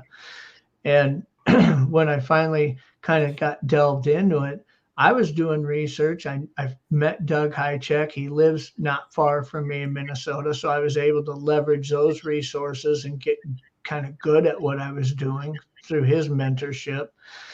But I mean, it was probably 6 months ago before I was really on YouTube. I mean, I'd been heavily researching for a year, 1.5 years. And then I got on YouTube and found, holy shit, there's a bunch of assholes who hang out and talk about this. They make a living with YouTube channels. So, then I kind of started developing more relationships online with people. But you're right. I mean, it doesn't matter, what community you're in or who you look up to in the community as a mentor or to get advice from. There are no disciples without enemies here. I mean, it's all a personality thing. But I've come to accept one thing, and I think this is important for everybody to understand. There's people that I don't really like in this community. There's a few that I just downright don't respect in this community. But that doesn't mean I can't learn something from them. Sure. Yeah. And so, you know, as long as we're mindful of that, there's a reason why you should communicate with other people in a respectful way, because even if you don't like them, you could fricking learn something from them. Oh, yeah, definitely. Yeah. Like I said, we do it for fun. I mean, you know, we go camping an awful lot. And here recently, I've been hitting these Squatch outs. I met Mogs down in Tennessee with Connor, Squatch and Cowboy. What was that? Animal Research, Mogs? Animal Research, Old Bears, and a Bigfoot. Bear Den, yeah. And then Pat and Joe. Joe's hilarious. He's pretty good. But, you know, I mean, me and my wife, we've gotten some howls, and I've been hit with stuff, and we've got some growls, but you know, I just give to people that I watch on this YouTube, and you know, I mean, yeah, they don't even have to say it's for me. I don't care. I mean, it's just, you know, just like a hobby for us. Yeah. So, well, and it's important also to remember that, you know, that next big piece of evidence that will probably come down the pike isn't likely to come from somebody who's financed to do research or is doing it in some, you know, purest way. Yeah. It's going to be somebody who is out walking down a trail with their camera who just does it for fun, and all of a sudden there they are, you know. So I don't, even though I think you could probably classify people as researchers or searchers or just enthusiasts or just outdoors people who have an open mind that it could be real, you can put everybody in a different slot, but there isn't anybody that really has much more of an advantage as the next guy as being able to get evidence. So more time and place. Mm-hmm. Yeah, exactly. Yeah. I mean, I've got all the equipment, went out and bought all the equipment on, you know, and I said, when I retire, I'm going Bigfoot hunting. I mean, all the guys at work gave me hell. Hell, they'd asked me for the last 10 years, find Bigfoot yet? Said, I've never went yet. Well, I found myself, you know, so much of my research I did this past year was just kind of solo stuff. I mean, I really wasn't, the area that I was really working hard every week was just a solo trip in and a solo trip out twice a week. And yeah, I've been following as you much as I'd like to hear about that. As much as I'd like to drag Doug into the area or other people into the area with me, that it just wasn't designed to do that with this specific project. Yeah. And quite honestly, even in the research field, you kind of get cabin fever when you're always operating alone. And now that I've had this partnership with Doug and gotten to, you know, people have paid a little bit of attention to some of the stuff that I was doing, I've had opportunities now asked, do you want to come to this conference, or do you want to, you know, come speak at this or whatever? And the reason why I would be excited about doing that isn't because I want people to be better known. I want to hear people's stories, you know. Yeah. One thing I've learned is the few times that I have spoken publicly at something like that, you know, you get up and speak for half an hour, and afterwards I spend 5 hours with people just telling me their stories. And it's like, dude, that's worth a freaking trip right there. It ain't about what I said. Yeah. Well, that's like when we were at the conference, Connor and I were out smoking a cigarette, and you weren't smoking a cigarette. Now just start out by telling the truth. Other people were, no, seriously. Other people were out there having a cigarette, and they just start talking. Yeah. Telling us their stories. Look, you know, it's like I've said this probably a dozen times online. You know, when people were critical of the 168 when it came out, I like Carrie. You know, and the fact is this, if I was to take the 1,000 encounter stories that I've heard and rank them as the most believable ones, Carrie's would be in the top 5. There ain't no doubt about it. I'm convinced what he says he saw it. And the amount of detail he puts into it, I really believe that. Now, when I look at the 168 doc, I might have had some things that I was critical about. But the fact is this, the one thing he accomplished was the fellowship and the relationships that were built. If nobody got a picture of anything and you could get 30 or 40 people in one place to talk and share their experiences and meet new people in the community and develop relationships, you've probably done more to advance the science there than most pictures would have done. Just because that sharing of knowledge and those relationships, that's important. Yeah, no, I made a lot of friends during that outing, and learned a lot. Absolutely. It's a decent production that he put together.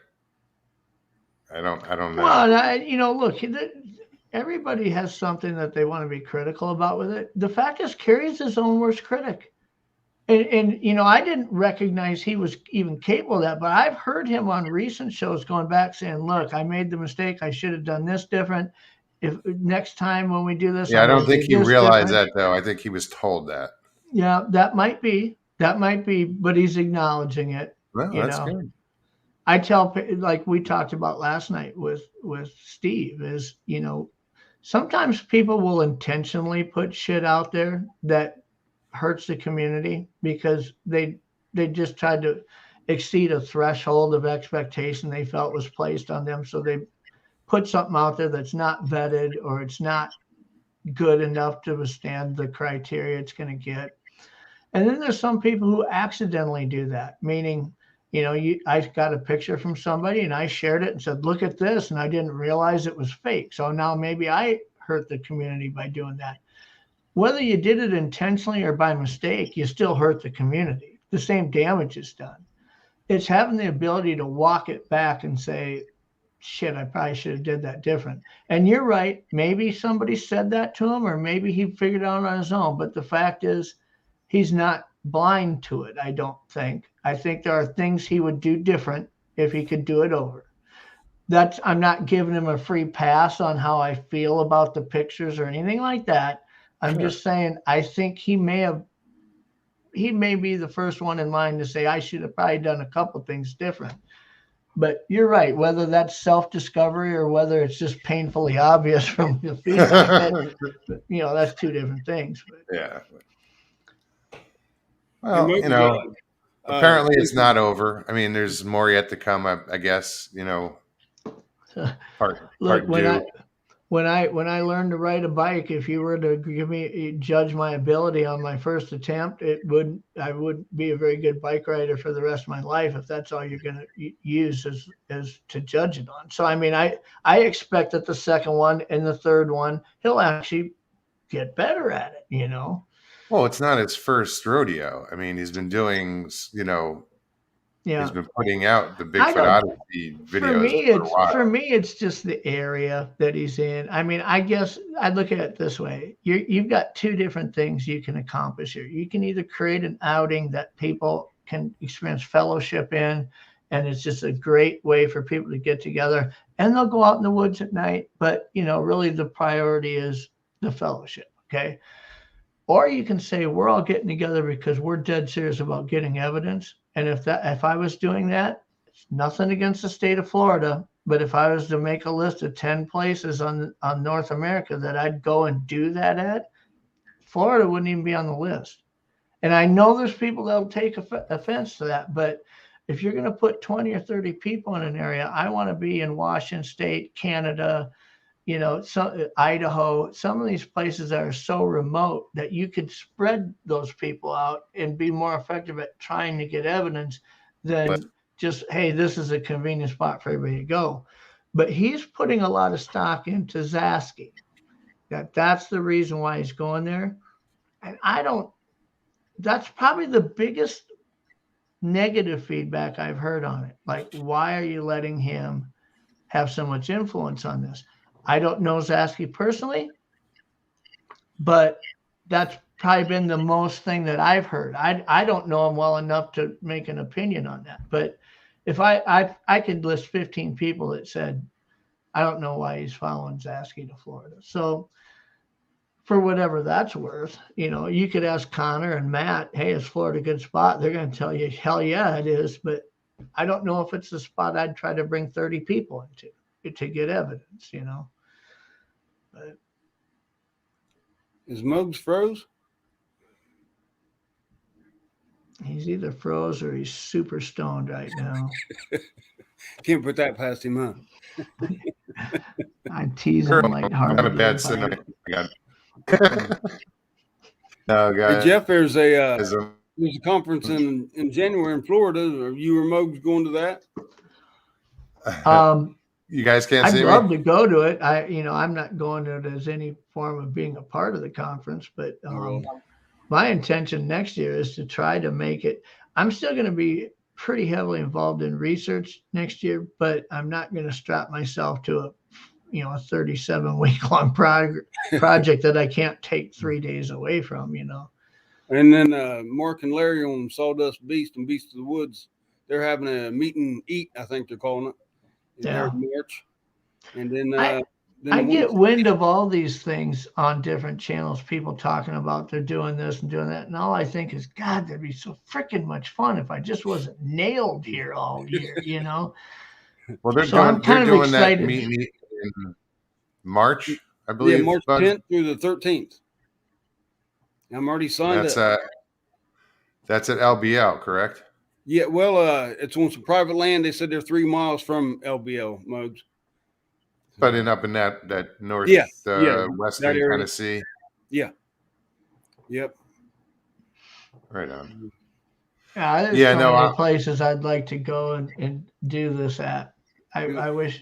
I wish I had the time more this year. But they're a blast. I mean, I love meeting everybody and meeting these people I talk to in the chat room. I mean, it's just a blast. I mean, I don't want to get too serious. I want to have fun. If I ain't having fun, I ain't going to do it.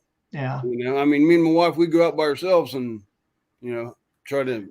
Quite honestly, the amount of discipline that I put into research this year, if I was to go to a place for 3 or 4 days or something like that, I'd be the guy sitting in the lawn chair around the fire drinking beer while everybody else went out in the woods, and I'll just keep the fire going because to me, it's just the fellowship and the hanging out that I. Yeah, that's all it is. I mean, the ones I've been to, you don't go out. I mean, didn't you go out one night, Mogs, for a couple hours? Not even. I mean, we went up on top of the mountain, but they're like somebody made a call and they got a call back because it was another person. It was too crowded up there. And then me and Connor went out, and Tristan and the old lady. Well, better not call her old lady, get in trouble. Angie. Yeah, and there you go. That'll work. Nice. We went out for an hour up at that mountain here behind us, but that was about it. So, but yeah, I how you caught yourself. That was good.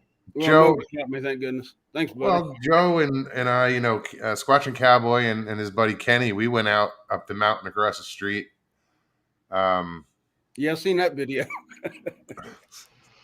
It was like it's funny because I have the same video just from my point of view. Yeah, I just love going to them things, meeting everybody. I mean, it's a blast, I mean, everybody ought to do it. It's so much fun, and and it gives you a break from being so serious and die hard for so long of a stretch, Well, and to me, that if you're going to try to document an event like that, I want to be able to watch it and feel like you're taking me on the journey, like this deal in June where we're going to follow up on 9 incident reports that we got up in the Boundary Waters area.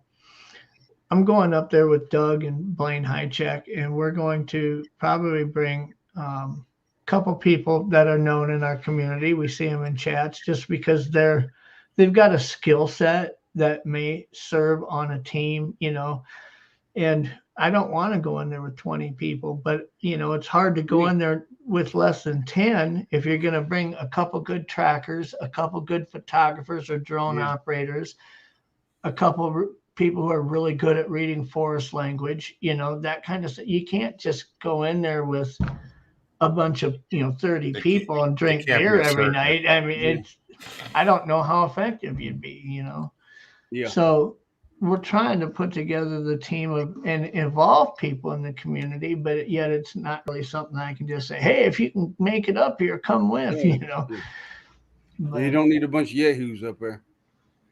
No. Well, that's definitely a hand-picked bunch. Yeah. Our plan was to go up there. We are bringing a film crew. And so we're going to go to these report spots right on the GPS spot and on film, read the report, and then spend some time. We'll probably do that with 2 or 3 of those areas. They're all within 15 miles of each other on 3 lakes. So it's, if the idea of if you were going to be knocking or something, it wouldn't matter which site they were at that time or in that area, they probably would hear you at some point. But we're going to try to approach it to where when we stand in an area and read a report, we're panning around with the camera, you can see what it looks like.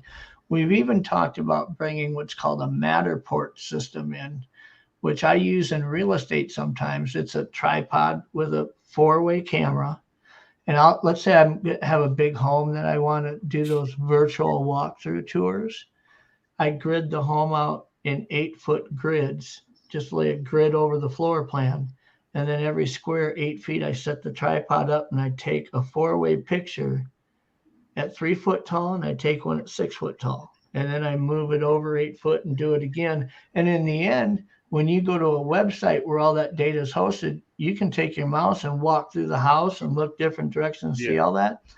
We want to go to a site where that GPS unit is, where that's the actual spot, and be able to Matterport that area. So when somebody's watching the documentary and they say, oh, I wonder what it looks like over there, you can get online and with your mouse walk around the area where the GPS report. I thought, how cool would that be for an interactive experience for somebody who can't be there with you, but you're trying to take them on that journey? So no, that's be interesting if you could pull that off.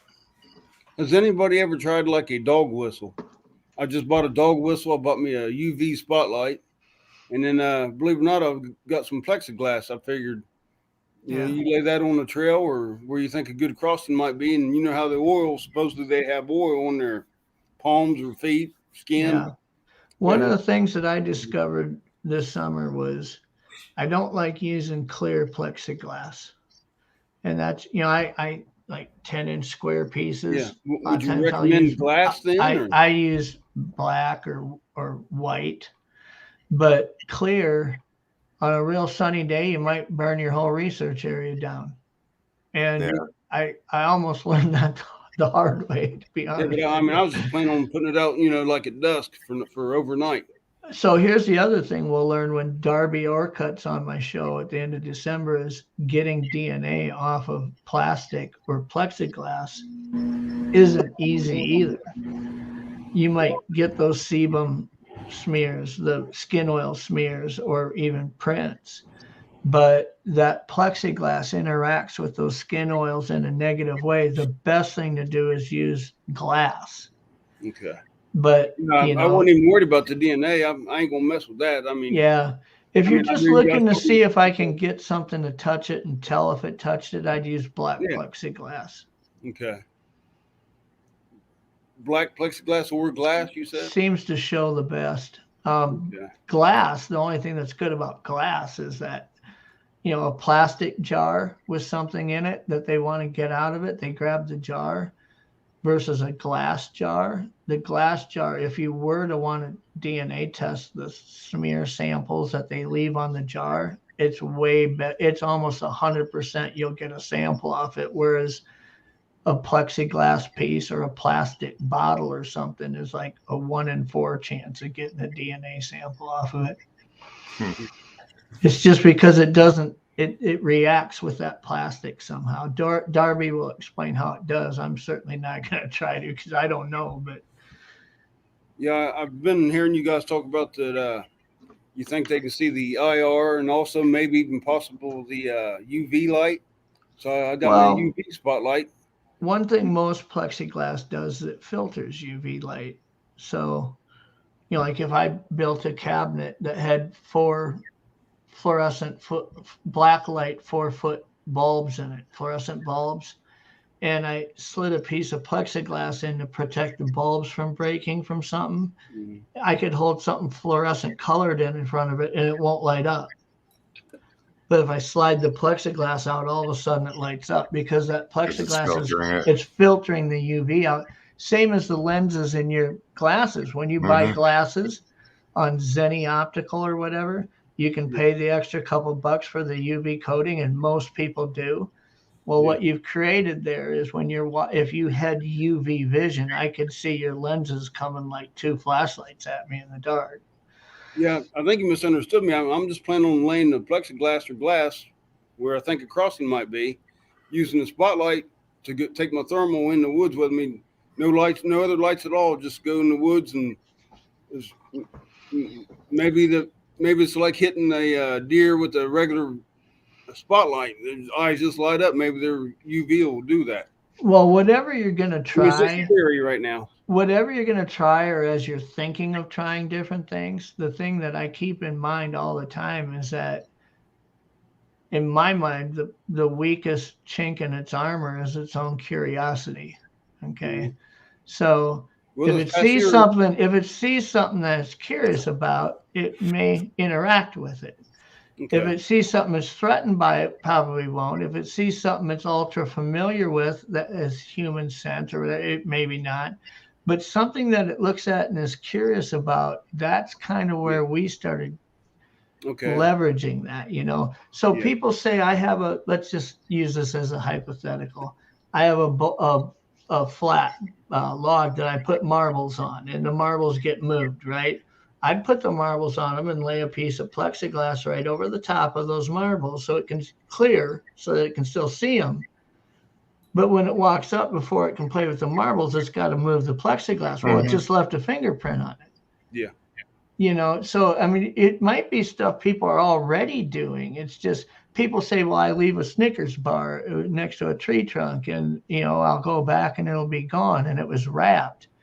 Well, put a piece of plexiglass leaned 45 degrees against the tree trunk and put the Snicker bar under it. And if it wants the Snicker bar, it's probably going to grab the plexiglass and move it to get the Snicker bar. You're not really doing anything different. You're just adding a step. Yeah, you could even put some Velcro on that plexiglass, maybe get some hair samples right there too. Well, you could put Velcro on anything. I mean, that's what I did with the ball. I started getting fingerprints on the ball. And when I started putting Velcro tabs on it, that's when I started getting hairs left in it. So I know this past year, me and my wife, we just started 6-7 months ago, and I told her a couple places that we've had reported sightings.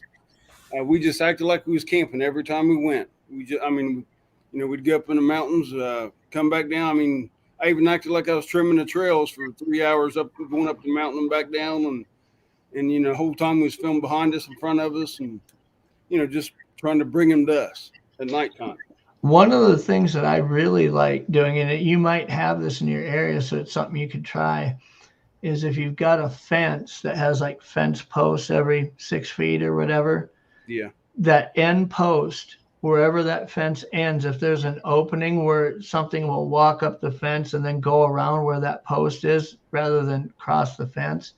If I can get a spot where there's a fence post where there's an open area to walk around it, or they're trying to get around that area, on the top of that post, if it's a wooden fence post especially, take about a 2-inch square piece of Velcro and a cordless screw gun and a screw, and just screw it right into the top of the post. Because it might not glue, the adhesive on it might not hold to the elements, but just screw it right in the middle. Because what's the one thing you do when you walk around the end of a fence line? You put your hand on top of it as you walk around. Yep. Or you might just, touch it with the top of your arm, your forearm as you walk around it. And so just little things like that. If you keep going back and there's eventually a hair on it, I'd say it's pretty high percentage that it's either a human hair or it's a Bigfoot hair. I don't know of a deer that's going to leave a spot on top of a fence post. So then, especially if there's an opening right there. Yeah, and we're talking about research that costs what, $2 at Walmart and a screw. That's all. I'm just doing the hillbilly redneck stuff, Yeah. I mean, to me, maybe something that simple, It could be. I mean, if you called me and said, Jeff, I have a hair, would you be interested in taking a close look at it? If you tell me you found the hair on the edge of a picnic table or rubbed up against a tree trunk, I'm like, shit, dude, that could be a lot of different things that could leave that hair there. Definitely. You tell me you got it off of a piece of Velcro on the top of a fence post, I'm telling you to mail it. Because I want to see it at that point. It's not likely that it's going to be a lot of these other animals that could brush up against the side of a tree trunk or a picnic table, Yeah. So. Well, and I've been saying it for a while now. I think that, when the evidence comes out, like just somebody's going to do something they're just going to do something a little different that's going to get the evidence. You know, I do believe that, like when we started trying to figure out what we wanted to do with this one area, that I had found that we were having a lot of activity and an interaction, was what we wanted to take one place like that just to try it and say, let's look at all the shit that doesn't work and let's not use any of that on purpose. Game cameras, don't use them. I don't know what it's capable of and what it's not. We can all speculate on that, but I don't know if it can sense an IR signal, a battery powered device, a motion activated signal, an audio recorder. So if we just leave all that out, let's just try not using any of that. Well, the thing Lisa Ray has a question. Oh, I'm sorry. Question for Jeff Harding. You may have said this already, but if someone finds a strange hair, how do you properly collect it? That's a great question. Yeah. So what you don't want to do is don't put it in a plastic bag. If people want to grab a Ziploc or something, I like to use envelopes.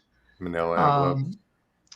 You can actually get little envelopes. Like I use little ones that are about that big. Like you would send an RSVP card in. Mm-hmm. And I'll take the hair after collecting with rubber gloves. I'll fold it into a piece of paper, like tri-fold it into it, and then slide that into the envelope just so that the glue on the envelope or anything doesn't really ever contact the hair. And once you've got it in there, I mean, you could room temp it or you could freeze it. A year later, you should be able to extract a DNA sample off it, assuming the hair wasn't like 5 years old when you found it, you know.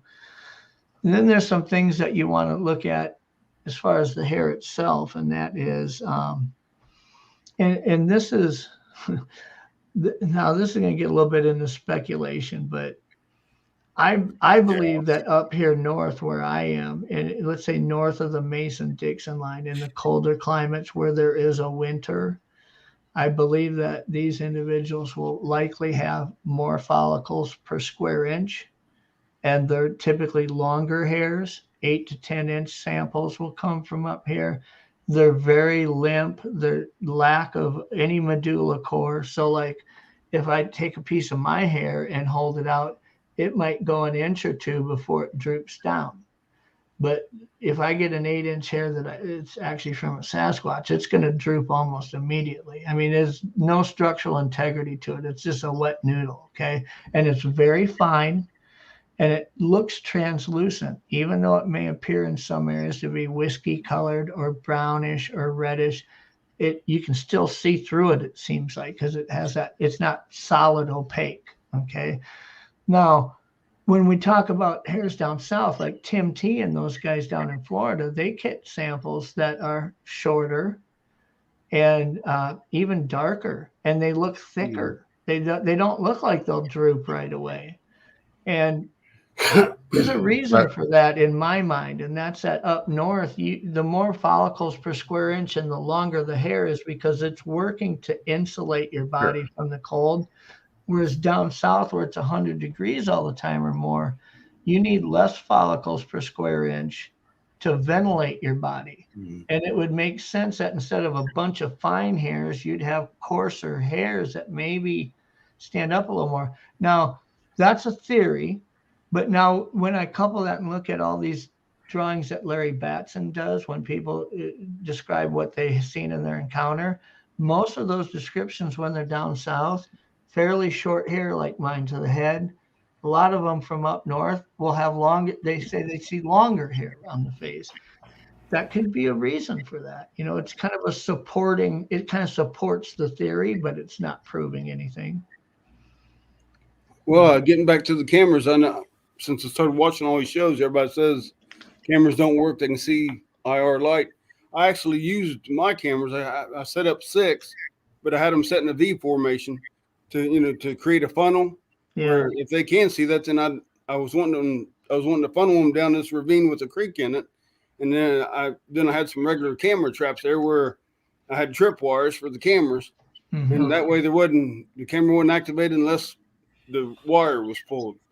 Well, I think that there is something to the whole UV vision deal. Okay, so I believe that just like scientifically proven animals that see in UV, like caribou, and we believe that bears can, and there's a lot of people that believe deer can.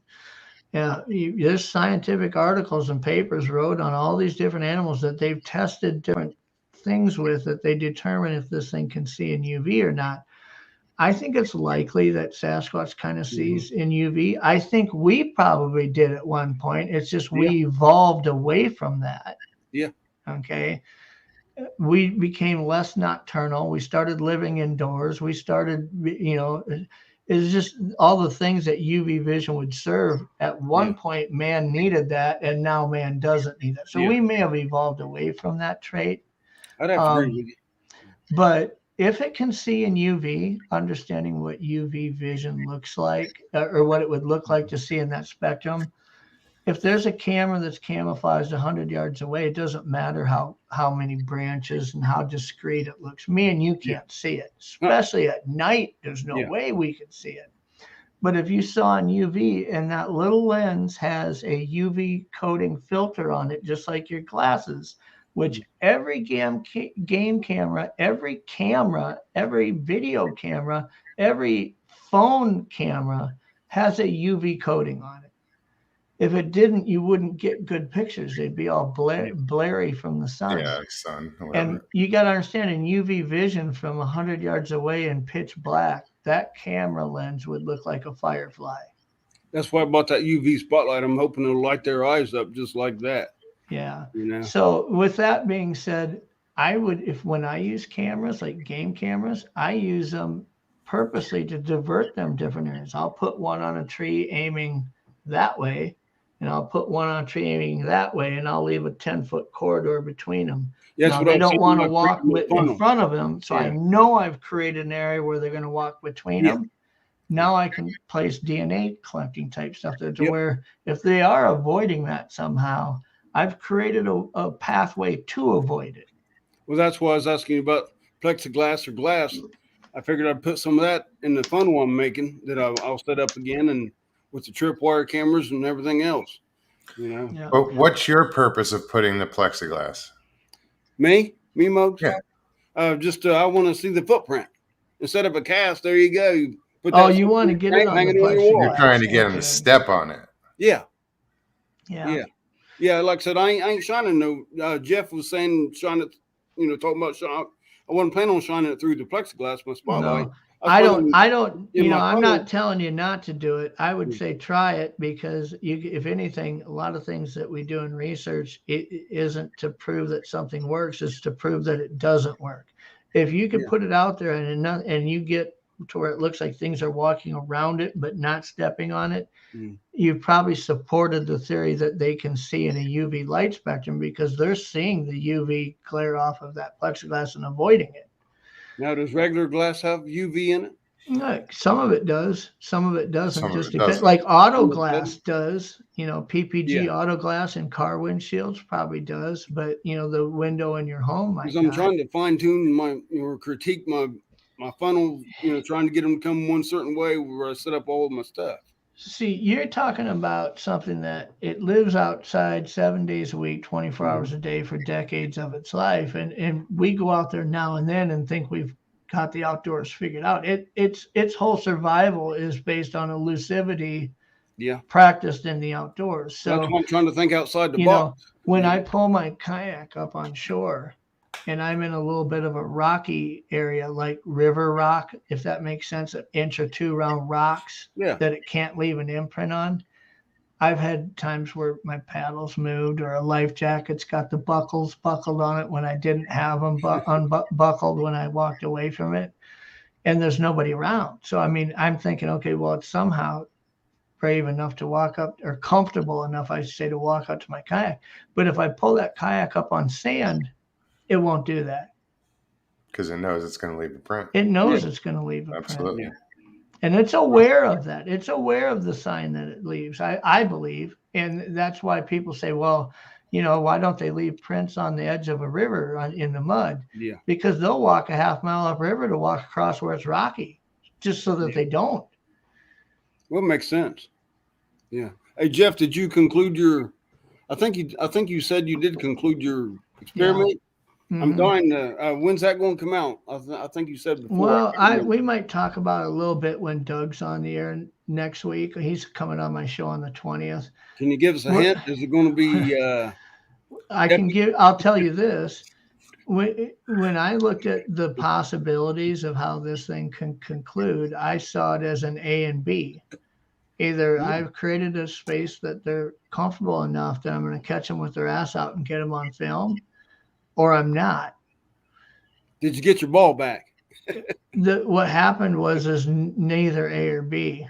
If I'll tell you that much. Jeez, gotta wait. People say, did you get pictures or didn't you get pictures? It's not a yes no question to this. I know that's confusing to people, but I will put this. I will give you this tidbit. Sometimes in research, if you fly too close to the sun, you're going to come on people's radars. People who don't want you to get too close. So you can probably see where I'm going with that. Correct? But when we share with you the things that happened, it's going to absolutely blow you away. It was just freaking ridiculous. So well, I'm looking forward to it. Yeah, I'd love to tell you now. The only thing that we're trying to determine is I'm waiting to find out if maybe we're going to share some of that on LMS2. And if they are going to put it on Legend Meet Science 2, maybe I'm stuck not being able to. I could tell you some of it, but maybe not all of it, stuff like that. So I don't really know. We'll know pretty soon. I've been telling people by the first of the year, I'll be able to share everything about how it happened, or how it ended. Well, good. Oh, definitely looking forward to that. We are at 2 hours and 16 minutes already. Yeah, damn. shit. I was gonna pop on for 10 minutes and say, Yeah. but hey, you know what? Almost an hour. People always bitch about we never talk about Bigfoot on this show, and we just spend an awful lot of time talking about it. So I definitely appreciate Muggs, it. thanks for letting me on, buddy. And Jeff, nice to meet you. And yeah, nice meeting you. I look forward to talking to you again.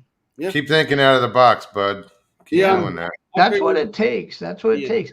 Absolutely. Look at all the things that don't work and figure out a way to use that to your advantage. Yeah, I'm trying to even initiate the things that don't work, put them back into the plan, and So, sometimes when I try to do something, I'm really hoping that it works, but in the same aspect, I have to take joy in the fact that sometimes it doesn't, because I can eliminate something from being something that supports a theory. Okay. I'll take that advice. So, Jeff, nice to meet you. Muggs, I'm gonna get my butt to bed. All right, bud. Talk to you soon, man. Bye. Yeah. Good luck out there. Yeah, thank you. Safe. Well, it was fun, buddy. Thanks for letting me pop on. Anytime, man. I see it's not impossible for me to come on your show and not create a shit show out of it. I had to prove it to myself just once. I don't think you do that at all, man. I don't try to. Sometimes that stuff happens, but I get where we're talking about subjects and a lot of people who are on here, regardless of what we're talking about, who are passionate about things and have passionate opinions. And sometimes it's just hard for them to say, oh, I'm not going to talk about it anymore, and there are certain things that stir people up, and I'm not the type of person that I'm not incapable of looking at something in retrospect and say, shit, I wish I wouldn't have said anything there. I do that a lot.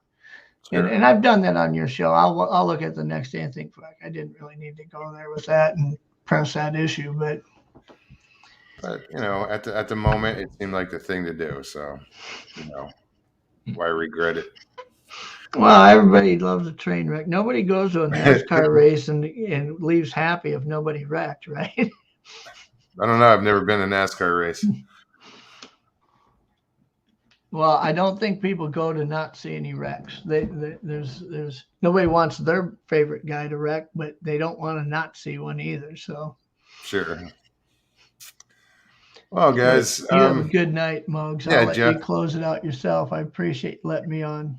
Oh, no problem, bro. And I I'll talk to you appreciate the soon, man. support. You guys have done well for plugging me on there, and I want you to know that I appreciate that. I never imagined that for just in a couple of weeks that I'd take off as well as I have in this. Oh, But hell yeah. I knew that was going to happen. well, I figured that look, in most of these chats, you see 60, 70 people. I thought, hey, cool, I'll get 60, 70 people. And then like in a week, you have like 230 people. And it's like, who are these people? Are people really that interested? It's happening because people are finding value enough in it that they're going out of their way to share it with people who aren't part of the normal crowd. And I really appreciate that because, like I say, I see names of people in there and I'm not familiar with them, but I have to assume that somebody who's normally in the chat did me a favor and invited somebody. And I appreciate that. So Why would, oh, never mind. I'll get back to that. I just read something and I'm not even going to touch it. That's safer. I'll never get off the subject. All right, but we'll talk to you later. All right, Jeff. Thank you so much. Tell Stevie I appreciated the comment she left and all the things all the support she's been giving me once she's awake. Will do. All right. Tell her in the morning. Good night. Yeah, first of all, Jeff Townsend, what's up? I'm sorry. Crow Creek, Tony, how's it going? I'm sorry I missed you guys. I didn't want to interrupt. Mr. Hugh, what's going on? But I want to thank everybody. Chris Edwards, what's up? For showing up tonight. Hope you enjoyed yourself. Hope you walked away learning something. I will be back Thursday.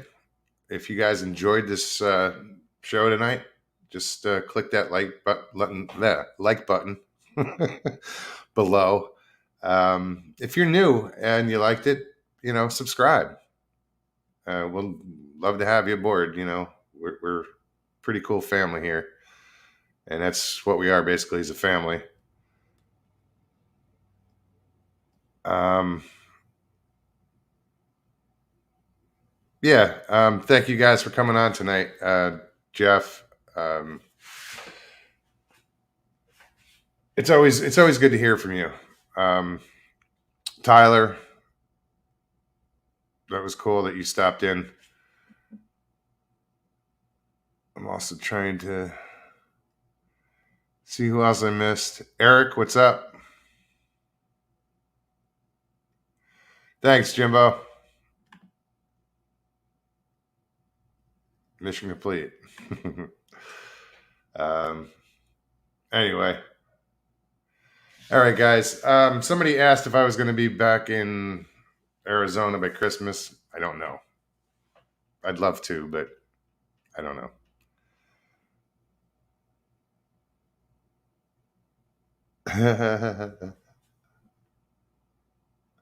Lisa says, Mugs, does this mean I have to buy Christmas presents for everyone in the family now?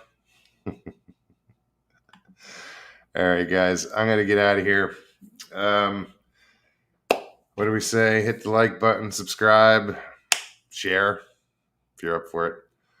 Also, if you want to contribute, you can find the PayPal link. I'll put it in the description, but you'll also find it in the banner above in the lower right-hand corner. It's up to you guys. Donald, thank you. And if I missed anybody in chat, I apologize. But yeah, guys, thanks for being here. All right, guys, I will see you this Thursday. You guys have an amazing night next couple days. Peace and God bless, everybody.